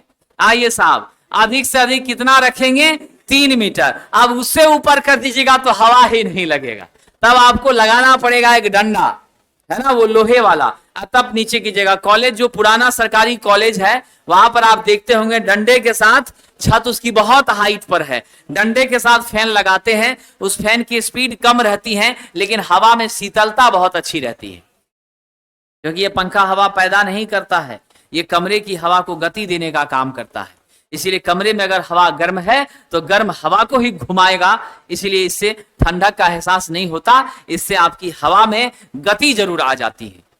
आइए साहब, उसके बाद इन्होंने कहा वायरिंग में सभी धात्विक आवरण क्या होने चाहिए, अर्थ से जुड़े होने चाहिए, यानी यूनिवर्सल अर्थिंग आपको देनी आवश्यक है। फिर इन्होंने कहा सभी प्रकार की लाइटों को फर्श से कितनी ऊंचाई पर, 2.25। बहुत इंपॉर्टेंट पॉइंट है विद्यार्थी, बिहार इलेक्ट्रिसिटी बोर्ड इसी सबको पसंद करता है। थ्योरेटिकल प्रश्न यहां से ही उठेंगे। आपका जो फर्श है, फर्श से कितनी ऊंचाई पर आप कोई भी बल्ब, ट्यूबलाइट ये सब को लगाएंगे तो वो 2.25 मीटर की ऊंचाई पर कम से कम लगाएंगे। साथियों अर्धचालक में कोई फ्यूज या स्विच का प्रयोग नहीं किया जाता है, वो बिल्कुल बिना बाधा रहित होना चाहिए। अर्थ वायर को कभी भी कट करके ऐसे ऐंठ करके जोड़ करके वैसा ज्वाइंट वाला भी यूज नहीं करना चाहिए। अर्थ वायर में कभी इंसुलेशन भी नहीं प्रयोग करना चाहिए, वो बेयर कंडक्टर होना चाहिए, नंगा तार होना चाहिए। अगर आपने अपने घर में वायरिंग के लिए कॉपर के तार का इस्तेमाल किया है तो अर्थिंग वाला तार भी कॉपर का ही होना चाहिए, ताकि आपकी लीकेज करंट बड़ी सुगमता से पृथ्वी के अंदर धड़ल्ले से चली जाए और आप सुरक्षित रह जाएं। अगर आपने एल्युमिनियम का वहां यूज कर लिया, अगर आपने तांबा लगा के वहां गैल्वेनाइज्ड आयरन का यूज कर लिया, ऐसी परिस्थिति में आपके गैल्वेनाइज्ड आयरन की प्रतिरोधकता ज्यादा होती है, आपके कॉपर से सारी की सारी लीकेज करंट नहीं जा पाएगी, हल्का फल्का झटका आपको लग सकता है, पूरी तरह से आप सुरक्षित महसूस नहीं करेंगे। इन छोटी छोटी बातों का साथियों हमें ध्यान रखना पड़ता है। लाइव या फेज, लाइव का मतलब समझ रहे हैं ना, गरम, लोग बोलचाल में कहते हैं गर्मी और ठंडा कहते हैं, तो ये लाइव मतलब है फेज का तार, जिससे विद्युत की आपूर्ति आप अपने घर के बाहर जो डिस्ट्रीब्यूशन का वायर जा रहा है वहां से आपने किया है। तो लाइव या फेज, ये दोनों के साथ हम किसको जोड़ते हैं, फ्यूज को। याद रखिएगा फ्यूज की रेटिंग हमेशा एम्पियर में ली जाती है। फ्यूज की रेटिंग कैसे लेते हैं, एम्पियर में। फ्यूज का रेटिंग एम्पियर में लेते हैं। फ्यूज को हमेशा कैसे जोड़ते हैं, किस तार के साथ, फेज तार के साथ। फ्यूज को हमेशा फेज तार के साथ जोड़ते हैं। फेज तार के साथ फ्यूज को कैसे जोड़ते हैं, श्रेणी में जोड़ते हैं। कैसे जोड़ते हैं, श्रेणी में जोड़ते हैं। हमारी जो स्विच है वह कैसी युक्ति है, कंट्रोलिंग या सुरक्षात्मक, कंट्रोलिंग युक्ति है। स्विच की मदद से आप ऑन ऑफ करते हैं, धारा को जाने देते हैं या रोक देते हैं। तो जाने देना या रोकना कंट्रोल करना है। तो स्विच कैसा युक्ति है? कंट्रोलिंग युक्ति है। स्विच को भी किस तार से जोड़िएगा? फेज की न्यूट्रल? किससे जोड़ेंगे स्विच को? बिल्कुल साथियों, स्विच को भी हमेशा फेज से जोड़ेंगे। फ्यूज को भी हमेशा फेज से जोड़ेंगे। फ्यूज का भी रेटिंग एम्पियर में होता है, करंट का भी मात्रा एम्पियर में मापते हैं। समझ गए कि नहीं? Concept clear? आइए साथियों, अब यहां पर ध्यान रखिएगा, तब जाकर के जितना भी उप परिपथ है सबका वितरण बोर्ड क्या होना चाहिए? अलग अलग होना चाहिए। ऐसा नहीं कि एक ही कमरे के वितरण बोर्ड से आप पूरे बिल्डिंग की सप्लाई दे दीजिए, ये अनर्थ हो जाएगा। विद्यार्थियों, 3 फेज का अगर एसी लाइन है तो उसमें जितना संभव हो प्रत्येक फेज पर लोड कैसा रखें? बैलेंस रखें, संतुलित रखें। अब आइए जरा संतुलित लोड का मतलब क्या है? संतुलित लोड का मतलब है वैज्ञानिकों, आइए जरा उसको समझा देता हूं। संतुलित लोड का मतलब है हमारी 3 फेज की सिस्टम जो है वो 2 तरह की होती हैं। एक स्टार होता है और दूसरा क्या होता है? डेल्टा होता है। डेल्टा में हमारी आकृति कैसी बनती है? बंद बनती है, यानी बीच में आपको लूप मिलता है। और ये बिल्कुल क्या होती हैं? ओपन होती हैं, खुला मिलता है।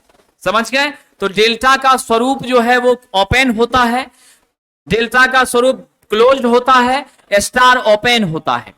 Concept clear? अब यहां पर हमारी 3 फेज है, ये आर, ये हमारी वाई और ये मेरी क्या है? बी। भारत में बीआईएस के हिसाब से आर वाई बी का जो सीक्वेंस है इसको हम लोग क्या कहते हैं? Positive phase sequence. क्या कहते हैं? Positive phase sequence. साहब इसी को माना जाता है धनात्मक फेज अनुक्रम। धनात्मक फेज अनुक्रम। आपको याद है स्कूल में आप सब लोग जब छोटे थे, फोटो खिंचवाना अगर हुआ होगा, सबसे कम हाइट का बच्चा आगे, फिर उसके बाद दूसरा बच्चा, और तब जो लंबा बच्चा सब है पीछे खड़ा होता था, तब सबका फोटो बराबर आता था। और जो हमारे गुरुजन थे वो कुर्सी पर बैठ जाते थे और तब फोटो खिंचवाता जाता था। ऐसा होता था कि नहीं? तो मतलब अनुक्रम क्या है? पहले यह, फिर यह, फिर यह। यानी सबसे पहले मेरा आर फेज, तब वाई फेज, तब बी फेज। क्योंकि आर फेज की का जो मैक्सिमम मान है सबसे पहले मिलता है, तब वाई फेज का मिलता है और तब बी का मिलता है। Concept clear? उल्टा चले तो वो निगेटिव फेज सीक्वेंस हो जाएगा। अब मेरे समझाने का तात्पर्य है ये तीनों जो हमारी फेजें होती हैं सबके बीच में कितने का फेज अंतर होता है? 120 डिग्री का अंतर होता है। 120, 120, 120, टोटल 360। तो अगर हमारे सभी फेज के बीच 120, 120, 120 का फेज अंतर हो, और साथियों यह जो पॉइंट है देखिए उभयनिष्ठ बिंदु है। ये कौन सा बिंदु है? न्यूट्रल पॉइंट है। क्या है साथियों? Neutral point. इसी को हिंदी में उभयनिष्ठ बिंदु कहते हैं। ये न्यूट्रल पॉइंट सिर्फ हमें कहां पर मिलेगा? ये मिलेगा आपको स्टार में, क्योंकि आपकी बी फेज की तार, वाई फेज की तार और आर फेज की तार, ये तीनों इसी पॉइंट पर आकर के मिल रही है। Concept clear? जब ये तीनों इसी पर आकर के मिल रही है तो इस पॉइंट को हम कहते हैं न्यूट्रल पॉइंट। और इस न्यूट्रल पॉइंट पे अगर हमने क्या कर दिया साथियों, एक तार यहां निकाल दिया, तो इसी तार को क्या कहते हैं? न्यूट्रल तार कहते हैं। क्या कहते हैं? न्यूट्रल तार कहते हैं साथियों। Concept clear? अब इस न्यूट्रल तार से जो करंट जाएगी वो इस तीनों करंट का सम होगी। यानी यहां से जा रही है आई बी, यहां से जा रहा है आई वाई, इस जगह से क्या जा रहा है? आई वाई, और यहां से आ रहा है आई आर। अब न्यूट्रल की करंट हमारी क्या है साथियों? सपोज कर लीजिए ये आई एन है। नियम ये कहता है I R plus I Y plus I B must be equal to I N, और ये सब का मान क्या होना चाहिए? 0। यानी आपका 3 फेज का परिपथ तब बैलेंस्ड कहा जाएगा जब हमारे न्यूट्रल तार से होकर जाने वाली करंट का मान क्या होगा, शून्य होगा। पहली महत्वपूर्ण बात। दूसरी महत्वपूर्ण बात, हमारे तीनों फेज आर वाई बी के बीच 120 डिग्री का फेज अंतर होगा, है ना। क्या होना चाहिए, के बीच 120 डिग्री का फेज अंतर होगा, तब आप इसको क्या कहेंगे, बैलेंस्ड कहेंगे। इसके अलावा तीसरी महत्वपूर्ण बात है, सभी फेज में जो हमने लोड जोड़ा है, सपोज कर लीजिए न्यूट्रल और इसके बीच में यहां जेड आर, फिर यहां हमने क्या जोड़ दिया, इसके बीच में हमने जेड बी जोड़ दिया, यहां न्यूट्रल इसके बीच में हम जेड वाई जोड़ दिए, इसका लोड इंपिडेंस। तो यानी सबका जो है लोड प्रतिबाधा, है ना साहब, लोड प्रतिबाधा यानी आपका इंपिडेंस, यह भी क्या होना चाहिए, सेम होना चाहिए। यानी ये तीन बातें जब होंगी साथियों, तब जाकर के हमारा थ्री फेज का सिस्टम बैलेंस्ड कहा जाएगा। Concept clear. क्या क्या तीन बातें हैं, न्यूट्रल से होकर जाने वाली करंट का मान शून्य होना चाहिए, तीनों फेज के बीच 120 डिग्री का फेज अंतर होना चाहिए, लोड इंपिडेंस जो सभी के सामने, आखिर जो तीन फेज का सप्लाई लिए तो कुछ तो हम अलग अलग यंत्र को सप्लाई देंगे कि नहीं देंगे, काम लेंगे तभी ना थ्री फेज लेकर आए हैं। मान लीजिए आटा चक्की मिल ही चला रहे हैं, स्वाभाविक सी बात है, बर्फ फैक्ट्री ही चला रहे हैं, लेथ मशीन को ही सप्लाई दे रहे हैं, आखिर किसी भी चीज को जो सप्लाई दे रहे हैं तो उसके साथ कहीं ना कहीं क्या करना है, तो सारे लोड हमारे क्या होने चाहिए, सभी फेज के लोड आपस में बराबर होने चाहिए, तब जाकर के साथियों ये माना जाएगा कि हमारा थ्री फेज का सिस्टम क्या है, बैलेंस्ड है। गांठ बांध लीजिएगा, डेल्टा कनेक्शन में न्यूट्रल पॉइंट नहीं मिलता है, सिर्फ कहां मिलता है, स्टार में मिलता है। इसी के कारण हम इसके द्वारा कितना तार विकसित कर पा रहे हैं, कितना तार साहब, एक ये रहा फेज का आर वाला तार, एक ये रहा मेरा न्यूट्रल वाला तार, एक रहा वाई फेज का तार, एक रहा ब्लू फेज का तार, यानी चार तार हुआ कि नहीं हुआ, यानी चार तार की प्रणाली, चार तार की प्रणाली में तीन तो मेरा फेज का तार है, एक मेरा क्या है जी, न्यूट्रल का तार है, यानी तीन फेज और एक न्यूट्रल। ये कहां मिल सकता है साथियों, स्टार कनेक्शन में मिल सकता है। यानी साहब जी गांठ बांध लीजिएगा, तीन फेज और चार तार की प्रणाली का विकास सिर्फ कहां होगा, स्टार में होगा। कहां होगा साहब, स्टार में होगा। हमारे डेल्टा में सिर्फ और सिर्फ क्या हो सकता है, यहां तीन फेज और तीन तार की प्रणाली का ही विकास होगा साथियों, और इसी का प्रयोग हो सकता है, इसमें कोई शक नहीं है। इच्छा है तो नोट कर लीजिए।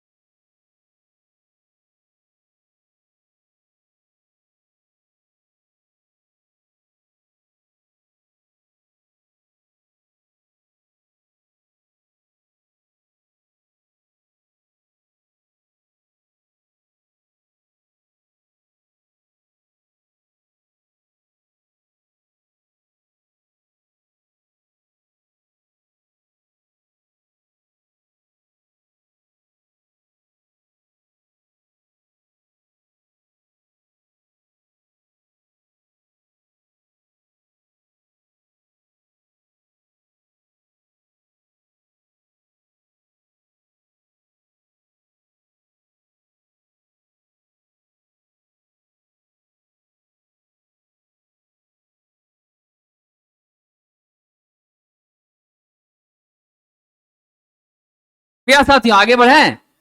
चलिए, आज जो पढ़ा रहे हैं कल पूछेंगे, ठीक है ना?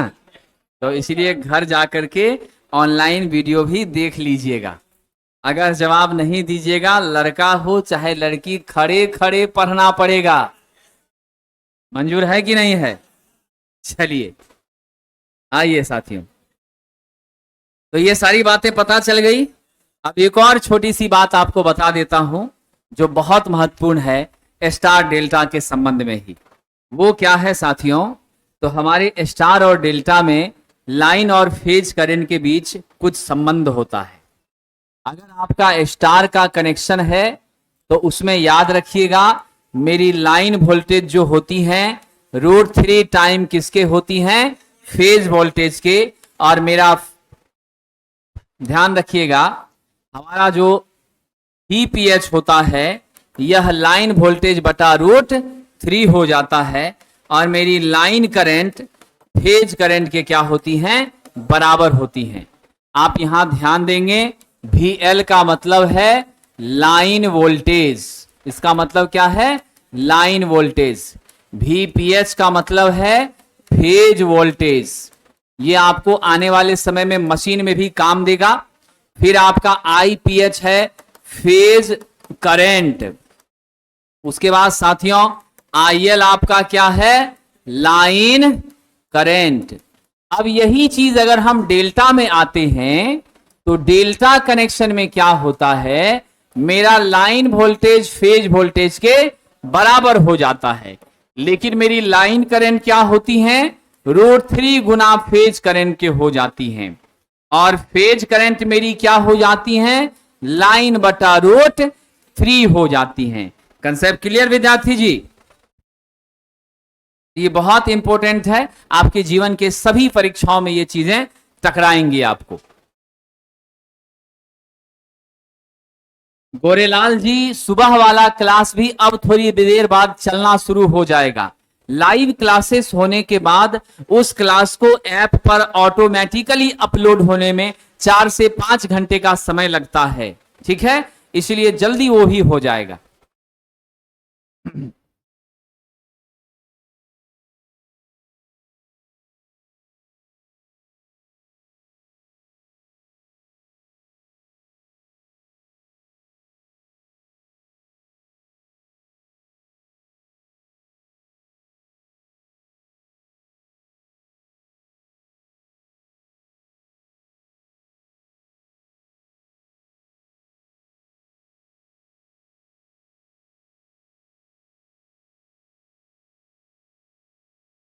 चलिए साथियों आगे बढ़ें।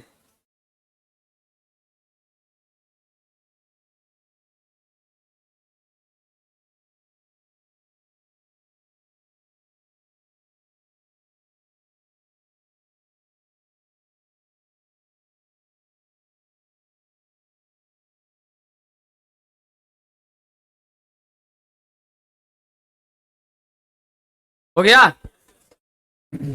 चलिए साथियों, अब हमने चर्चा कर लिया था पीछे इन सारी बेसिक बातों पर, रंग वगैरह के बारे में भी आपको मालूम चल गया, ठीक है? हमारा जो वर्कशॉप होता है वहां पर मशीनें बहुत सारी होती हैं और उन मशीनों को नियंत्रित करने के लिए आप कंट्रोल स्विच का इस्तेमाल करते हैं। सारी मशीनों के लिए स्टार्टर लगाना पड़ता है। स्टार्टर मशीन को स्टार्ट नहीं करता, ये मशीन की सुरक्षा करता है।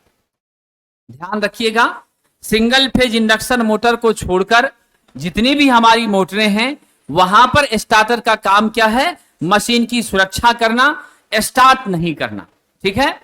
और साथियों ये सब भी उस ऊंचाई पर या उस स्थान पर रखा जाना चाहिए जो कि टेक्नीशियन आसानी से पहुंच जाए। नहीं तो पता चलेगा टेबल के ऊपर स्टूल के ऊपर टेक्नीशियन खड़ा होकर के बंद या चालू कर रहा है, अब बीच में अनबैलेंस हो गया तो बेचारा हॉस्पिटल चला गया। वैसा भी नहीं होना चाहिए। मध्यम तथा उच्च वोल्टेज का, यानी आपका 650 वोल्ट आपका क्या है? हमारा मीडियम वोल्टेज है।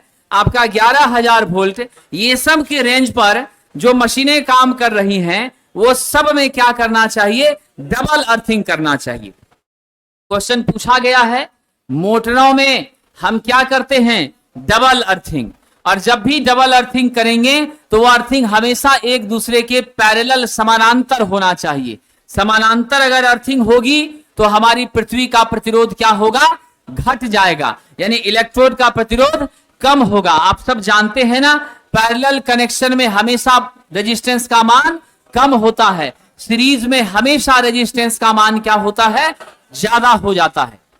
250 वोल्ट से अधिक वोल्टेज पर काम करने वाली मशीनों का जो कंट्रोल स्विच है वह क्या होना चाहिए, वहां पर आपको चेतावनी चिन्ह लगा होना चाहिए।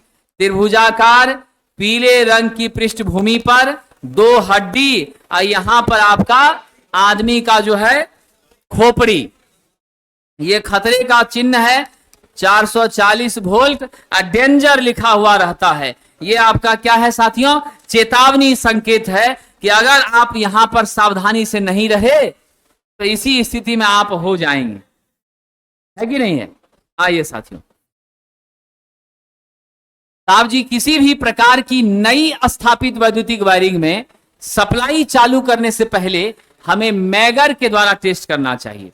अभी मैंने आपसे कहा था इंसुलेशन प्रतिरोध के बारे में। साथियों एक छोटी बात याद रखिएगा, हमने प्रतिरोध को 3 भागों में बांटा है। एक मेरा लो रेजिस्टेंस है, लो रेजिस्टेंस का मान जो है 1 ओम तक होता है, यानी 1 ओम से नीचे। इस प्रतिरोध को मापने के लिए हम केल्विन ब्रीज का प्रयोग करते हैं, ठीक है। दूसरा मेरा प्रतिरोध होता है मीडियम रेजिस्टेंस। क्या होता है साथियों, मीडियम रेजिस्टेंस होता है। इसको मापने के लिए साथियों इसका मान 1 ओम से 0.1 मेगा ओम तक होता है। इसके लिए हम लोग व्हीटस्टोन ब्रीज का प्रयोग करते हैं। ये हमारे मापक यंत्र के रूप में है। और तीसरा मेरा इंसुलेशन रेजिस्टेंस होता है, ये हाई रेजिस्टेंस होता है साहब। इस इंसुलेशन रेजिस्टेंस का मान 0.1 मेगा ओम से अधिक होता है। इसको मापने के लिए साथियों हम किसका इस्तेमाल करते हैं, मेगर का इस्तेमाल करते हैं। मेगर को ही हम अर्थ टेस्टर के नाम से भी जानते हैं, ये ध्यान रखिएगा। तो हमें क्या करना है, मेगर का प्रयोग करके पहले टेस्ट कर लेना है और तब जाकर के आगे काम करना है।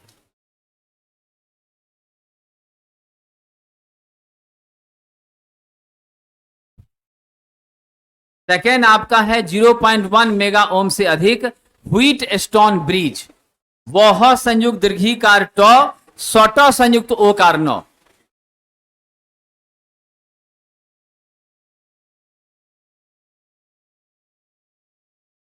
बिहार हिंदी भाषी राज्य है, हम यहां जन्म लिए हैं, लेकिन हिंदी हमारी कमजोर है, यह हमें गर्व होता है इस बात को स्वीकार करते हुए।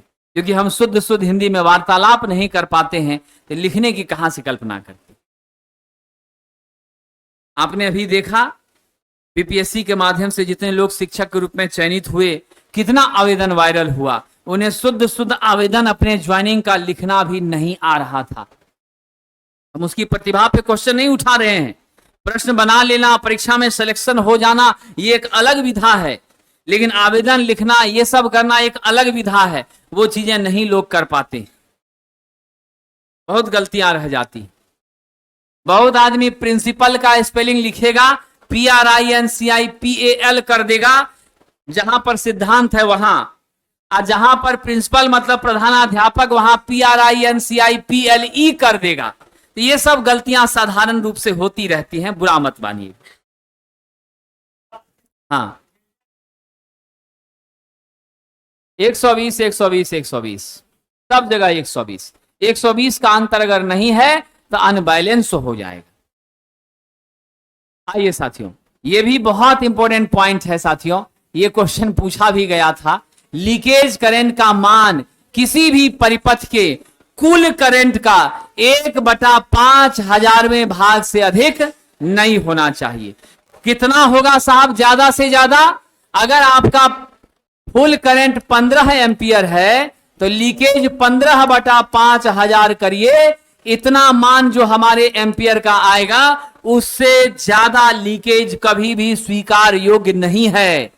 यानी 1/5000 के आसपास होता है। लाइट व फैन तथा पावर वैद्युतिक वायरिंग की स्थापना किस नियम से की जाती है? भारतीय विद्युत नियम 1956 के अंतर्गत आती हैं। यानी IER 1956, इंडियन इलेक्ट्रिसिटी रूल 1956 के अंतर्गत क्या आती है? वैद्युतिक वायरिंग का इंस्टॉलेशन, लाइट फैन वगैरह की स्थापना का नियम, यह सब इसी के अंदर आता है। वायरिंग में ज्यादा से ज्यादा पेंच ही प्रयोग किए जाने चाहिए। उन्हें हथौड़े से ठोकने का काम नहीं करना चाहिए। हथौड़े से ठोकने पर आपका इंसुलेशन डैमेज हो सकता है, या आपकी ठोकर लगेगी, आपका कंडक्टर भी कहीं कहीं क्या हो सकता है? डैमेज हो सकता है। यह ध्यान रखना चाहिए। वायरिंग करने से पहले क्वेश्चन आया हुआ है, हमें सबसे पहले क्या करना है? लेआउट बनाना है, खाका खींचना है, कैसे कैसे क्या क्या होना है। उसके बाद परिपथ डायग्राम, सर्किट डायग्राम बनाना है। लेआउट बना दिए, यहां स्विच रहेगा, यहां पर मेरा डिस्ट्रीब्यूशन बोर्ड रहेगा, यहां बल्ब, यहां फैन रहेगा। अब उसके बाद डिस्ट्रीब्यूशन बोर्ड का कनेक्शन डायग्राम बनाना है, तब उस हिसाब से करना है। आप एज ए इलेक्ट्रीशियन कहीं गए, आपको लेआउट दे दिया और सर्किट डायग्राम दे दिया, आपने इस दोनों की जांच की नहीं, कनेक्शन आपने जैसे देखा वैसे वैसे कनेक्शन करके चल दिए, बाद में स्विच दिया, सिस्टम शॉर्ट कर गया, नौकरी आपकी जाएगी। इसलिए कभी भी कागज हाथ में थमा दिया, काम पे मत लगिए, उसको एक बार जांचिए, चेक करिए, कहीं ऐसा तो नहीं टाइपिंग, प्रिंटिंग, डिजाइनिंग मिस्टेक के कारण गलत तार गलत जगह तो नहीं जोड़ा जा रहा है, इधर उधर तो कुछ नहीं हो गया है। तो हमेशा हमको लेआउट और सर्किट डायग्राम दोनों की मदद से पहले जांच कर लेनी चाहिए, सही है या नहीं, तब वायरिंग का काम करना चाहिए। इंडियन इलेक्ट्रिसिटी रूल 85 के अंतर्गत सिरोपरी लाइन, ओवरहेड लाइन में दो पोल के बीच कम से कम कितनी से ज्यादा दूरी नहीं रख सकते हैं? 67 मीटर से ज्यादा दूरी हम रख नहीं सकते हैं। ऐसा निर्देश कौन देता है? इलेक्ट्रिसिटी रूल 85 देता है साथियों। आइए साहब, ये सारे छोटे छोटे नियम थे, बाकी हम एक चार्ट आपको देंगे, जिस चार्ट को आपको याद रखना है कौन सा क्या क्या करता है। आइए साथियों आगे बढ़ते हैं। विद्युत वायरिंग स्थापना के नियम, किन किन बातों को ध्यान में रख करके आप वायरिंग का काम शुरू करेंगे? किसी भी भवन या कार्यालय या इंडस्ट्री में, फैक्ट्री में अगर आप वायरिंग का काम शुरू कर रहे हैं तो आपको कुछ बातों का ध्यान रखना पड़ता है। सबसे पहली महत्वपूर्ण बात है, वायरिंग करने में ही मकान बनाया है 5 करोड़ का, वायरिंग कर रहा है 10 करोड़ का, क्या दशा होगा जी? है कि नहीं है? 5 करोड़ का वायरिंग किए हैं तो 5 लाख तक वायरिंग में खर्च हो रहा है। बिल्डिंग 5 करोड़ का है, वायरिंग में 5 लाख लग रहा है, तो चलिए चलेगा, है ना। हमेशा क्या प्रयास करना चाहिए? इकोनॉमिकल हो, सस्ता हो। समझ गए कि नहीं? क्या हो साथियों? सस्ता हो।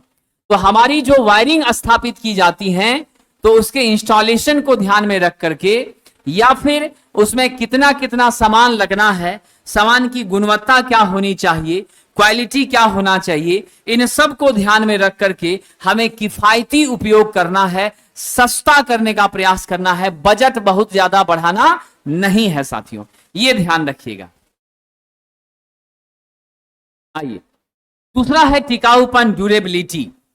अब आज वायरिंग किए हैं, अब परसों ही शॉर्ट सर्किट हो गया, उस वायरमैन को तो तुम जहां खोजेगा और जहां मिल जाएगा वहीं उसका चटनी निकाल देगा, है ना जी।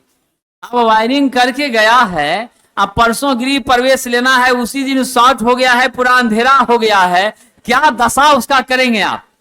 तो साथियों स्वाभाविक सी बात है, वायरिंग करने के बाद उसकी ड्यूरेबिलिटी, टिकाऊपन होना बहुत जरूरी है। अब साल भर बाद कहीं कुछ गड़बड़ी हुआ तो चलिए एक बार बुला लेंगे। तो साथियों वायरिंग, वातावरण में होने वाले परिवर्तन को सहने की ताकत होनी चाहिए।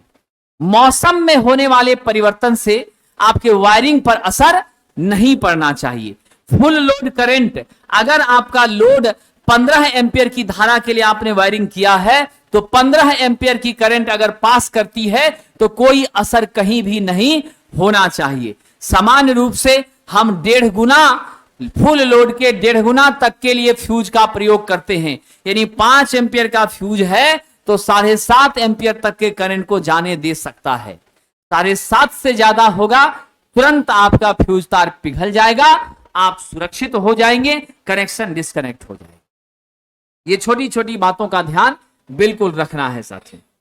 चलिए आपके एक ऑनलाइन के मित्र का छोटा सा सवाल है वो बता देते हैं। मैंने पहले भी कई बार कहा है, सारे बच्चे गांठ बांध लीजिए, चाहे लड़कियां बिहार राज्य की निवासी हैं, उनकी शादी हो गई है तब भी, नहीं हुई है तब भी, उन्हें सभी प्रमाण पत्र अपने पिता के पते से, पिता के एड्रेस से, पिता के नाम से ही बनवाना है। उन्हें अपने वर्तमान पते में पति का नाम लिख दें चलेगा, लेकिन उनका परमानेंट एड्रेस जो है वो उनके फादर का ही कंसीडर होगा। उनकी पोस्टिंग यदि होगी तो उनके फादर के डिस्ट्रिक्ट को ही गृह जिला मान करके अब तब दूसरे जिले में भेजा जाएगा। ठीक है, इसीलिए अगर चॉइस पोस्टिंग की बात होती है थोड़ी देर के लिए, तो लड़कियों के लिए यह फायदा है कि अगर वो अपने पिता के पते से सारा प्रमाण पत्र कर रही हैं और उनके पति का डिस्ट्रिक्ट को वो पहला चॉइस देती हैं, तो उनके लिए अच्छा हो जाएगा कि उनके उस घर में बगल में नौकरी लग जाएगी। इसलिए चतुराई नहीं करनी है, सारा कागज पिता के नाम से ही बनाना है। नहीं बना है तो 15 दिन टाइम है, बनवा लीजिए। दूसरे स्टेट के बच्चे हैं, अगर उनकी शादी बिहार में हुई है तो वो दूसरे स्टेट में जाकर के बनवाएंगे, हमारे बिहार में प्रमाण पत्र नहीं बनेगा। ठीक है, और वह कैंडिडेट जनरल आएगा, उसको राज्य का कोटिवार आरक्षण बिल्कुल भी नहीं मिलेगा। मैरिज सर्टिफिकेट से कोई फर्क नहीं पड़ता है। जब तक उसकी जमीन बिहार राज्य में उसके नाम से नहीं होगी तब तक उसको यहां का निवासी माना नहीं जाएगा। आधार कार्ड बन जाएगा, सब चीज बन जाएगा, लेकिन कोटिवार आरक्षण तभी मिलेगा जब उसके नाम से जमीन रजिस्ट्री हो जाएगा। यह नियम है विद्यार्थी। आइए सर, दिखावट की बात हो रही, अपीयरेंस। अपीयरेंस हमारा क्या है?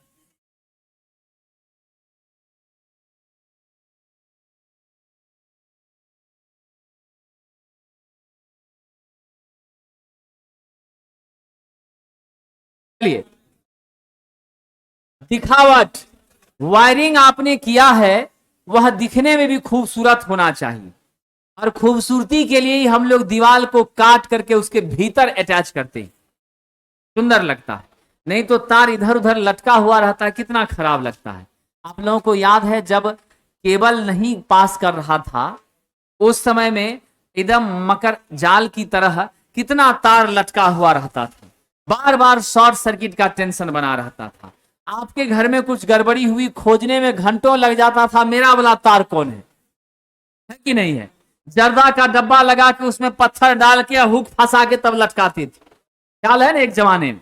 अब तो साहब पूरा सिस्टम चेंज हो गया, वोल्टेज में फ्लक्चुएशन बंद हो गई, वोल्टेज रेगुलेशन बिल्कुल खत्म हो गया है कि नहीं है। सबके घर में समान मात्रा में विद्युत का की समान क्षमता की बिजली रहती है, बिजली की मात्रा भी 24 घंटे की 24 घंटे उपलब्ध होने लग गई। चोरी बिजली का रुक गया है कि नहीं है। कई सारी तरह की चीजें आ गई, मकर छत्ते की तरह अब वो समस्या नहीं, उससे भी हमको मुक्ति मिला। तो आप ध्यान रखिएगा, कोई भी वायरिंग आप स्थापित करते हैं वह देखने में क्या होना चाहिए, सुंदर होना चाहिए, और आपके घर के रहने वाले लोगों के इच्छा के अनुसार होना चाहिए। समझ गए कि नहीं। उसके चॉइस के हिसाब से, भाई यहां सॉकेट लगा दीजिएगा तो मेरा चार्ज करने में अच्छा रहेगा, सोए सोए पलंग के पास लगा देंगे, चार्जो हो जाएगा, बाद में खोलियो लेंगे। बहुत तरह का चीज, रिमोट वाला हमारा पंखा सेट कर दीजिएगा, लेटे लेटे ही पंखा चालू बंद सब कर लेंगे। लाइट भी नाइट लैंप रिमोट वाला लगवा दीजिएगा। बहुत तरह की चॉइस हमारी होती है। जब पैसा आता है तो इच्छाओं का साहब अनंत है इच्छाएं, ये जीवन छोटा हो जाएगा इच्छाओं को पूरा करने में, है कि नहीं है। चलिए साहब जी, अग्नि से सुरक्षित होना चाहिए। आजकल तो फायर प्रूफ वायर भी आ गया है, थोड़ा कॉस्टली होता है। माचिस की तीली उसके पास ले जाइए और तार को लगाइए, कोई फर्क माचिस की तीली के आग से हमारे तार पर नहीं पड़ेगा, जरा सा भी वो गर्म भी महसूस नहीं करेगा। अच्छा देना पड़ेगा ना साहब, अब क्वालिटी चाहिए तो निकालिए साहब, वही बात है। तो हमारी वायरिंग जो है क्या होनी चाहिए, बाहरी और भीतरी दोनों परिप्रेक्ष्य में स्पार्किंग के वजह से आग लगने का खतरा ना हो, आग का फैलाव इसके माध्यम से ज्यादा ना हो। दूसरा है आयु, लाइफ, वो भी लंबा टिकना चाहिए। वायरिंग की कार्यकारी आयु क्या होनी चाहिए? सफिशिएंट होनी चाहिए। एक बार वायरिंग कराएं तो मेरा बाल बच्चा अब करवाएगा, हमको कराने की जरूरत नहीं है, ऐसा हमें प्रयास रखना चाहिए। सुरक्षित, सेफ विद्युत वायरिंग उपभोक्ता, कंज्यूमर या उसके मरम्मत करने वाले कारीगर, याद रखिएगा इलेक्ट्रिशियन हो, ऐसा सिर्फ नहीं कि जिसके घर में वायरिंग कर रहे हैं सिर्फ वही सुरक्षित रहे, वायरिंग करने आप गए हैं तो आप वहीं रह जाएं, ऐसा नहीं होना चाहिए। आप भी सुरक्षित रहे और जिसके घर में किया है वो भी सुरक्षित रहे, दोनों को ध्यान में रख करके तब काम करना चाहिए। यानी वायरिंग के दौरान सभी सुरक्षा के मानकों का प्रयोग करते रहना चाहिए ताकि झटका वगैरह से हम बचे। सुविधाजनक होनी चाहिए, सरलता से परिवर्तन संभव हो। जब जरूरत पड़ा कि भाई अगला मकान उधर बना रहे थे, इधर से कनेक्शन दे दिया, है कि नहीं है, उस साइड भी एगो बल्ब लगवा दीजिएगा, एक्सटेंशन खींच दिया, ये सब चीजें भी बढ़ाना, घटाना, चेंज करना, ये सब भी आसानी से पॉसिबल हो, इनका भी हमको ध्यान रखना है। ठीक है। फिर यांत्रिक रूप से सुरक्षित। अब मान लीजिए घर में हमने सामान रख दिया, अभी हम लोहा का पाइप लाएंगे और सीधा खड़ा करके उस जगह पर रखेंगे तो लोहे के पाइप के वजन से मेरा प्लास्टिक वाला पाइप डैमेज होगा कि नहीं होगा? मेरा वायरिंग वो छत विछत होगा कि नहीं होगा? फैक्ट्रियों में, इंडस्ट्रियों में हम क्या करते हैं? पीवीसी के पाइप का नहीं, लोहे के, आयरन के, जीआई के पाइप का इस्तेमाल करते हैं साहब। किसका करते हैं? जीआई के पाइप का इस्तेमाल करते हैं, ताकि हैवी सामान भी लाके पटक दिया तो उस जीआई में उस वजन को, यांत्रिक फोर्स को सहने की ताकत होती है और वह बिल्कुल मेंटेन कर लेता है। इन सब घटनाओं से बचने के लिए कंड्यूट वायरिंग करते हैं, कंसील कंड्यूट, दीवार के अंदर छिपी हुई वायरिंग, सिलेंडर लाके पटक दीजिए, कोई फर्क नहीं पड़ रहा है, भीतर में है कि नहीं है? तो इन सारी बातों को भी हमें ध्यान में रखना चाहिए। आइए साहब, वायरिंग की प्रणालियों के बारे में हम लोग कल की क्लास में चर्चा करेंगे। आज साहब इतना ही, बहुत बहुत धन्यवाद। कल सुबह फिर आपका अपने समय से क्लास होगा। आप लोग रिवीजन करिए, प्रैक्टिस करिए, मेहनत करिए। जहां तक बात रही बेसिक की, तो हम प्रयास करेंगे सैटरडे या संडे में 2-2.5 घंटे के लिए आपको बुलाएंगे, करंट, वोल्टेज, छोटा छोटा चीज जो है वो सब भी समझा देंगे। बहुत बहुत धन्यवाद साथियों।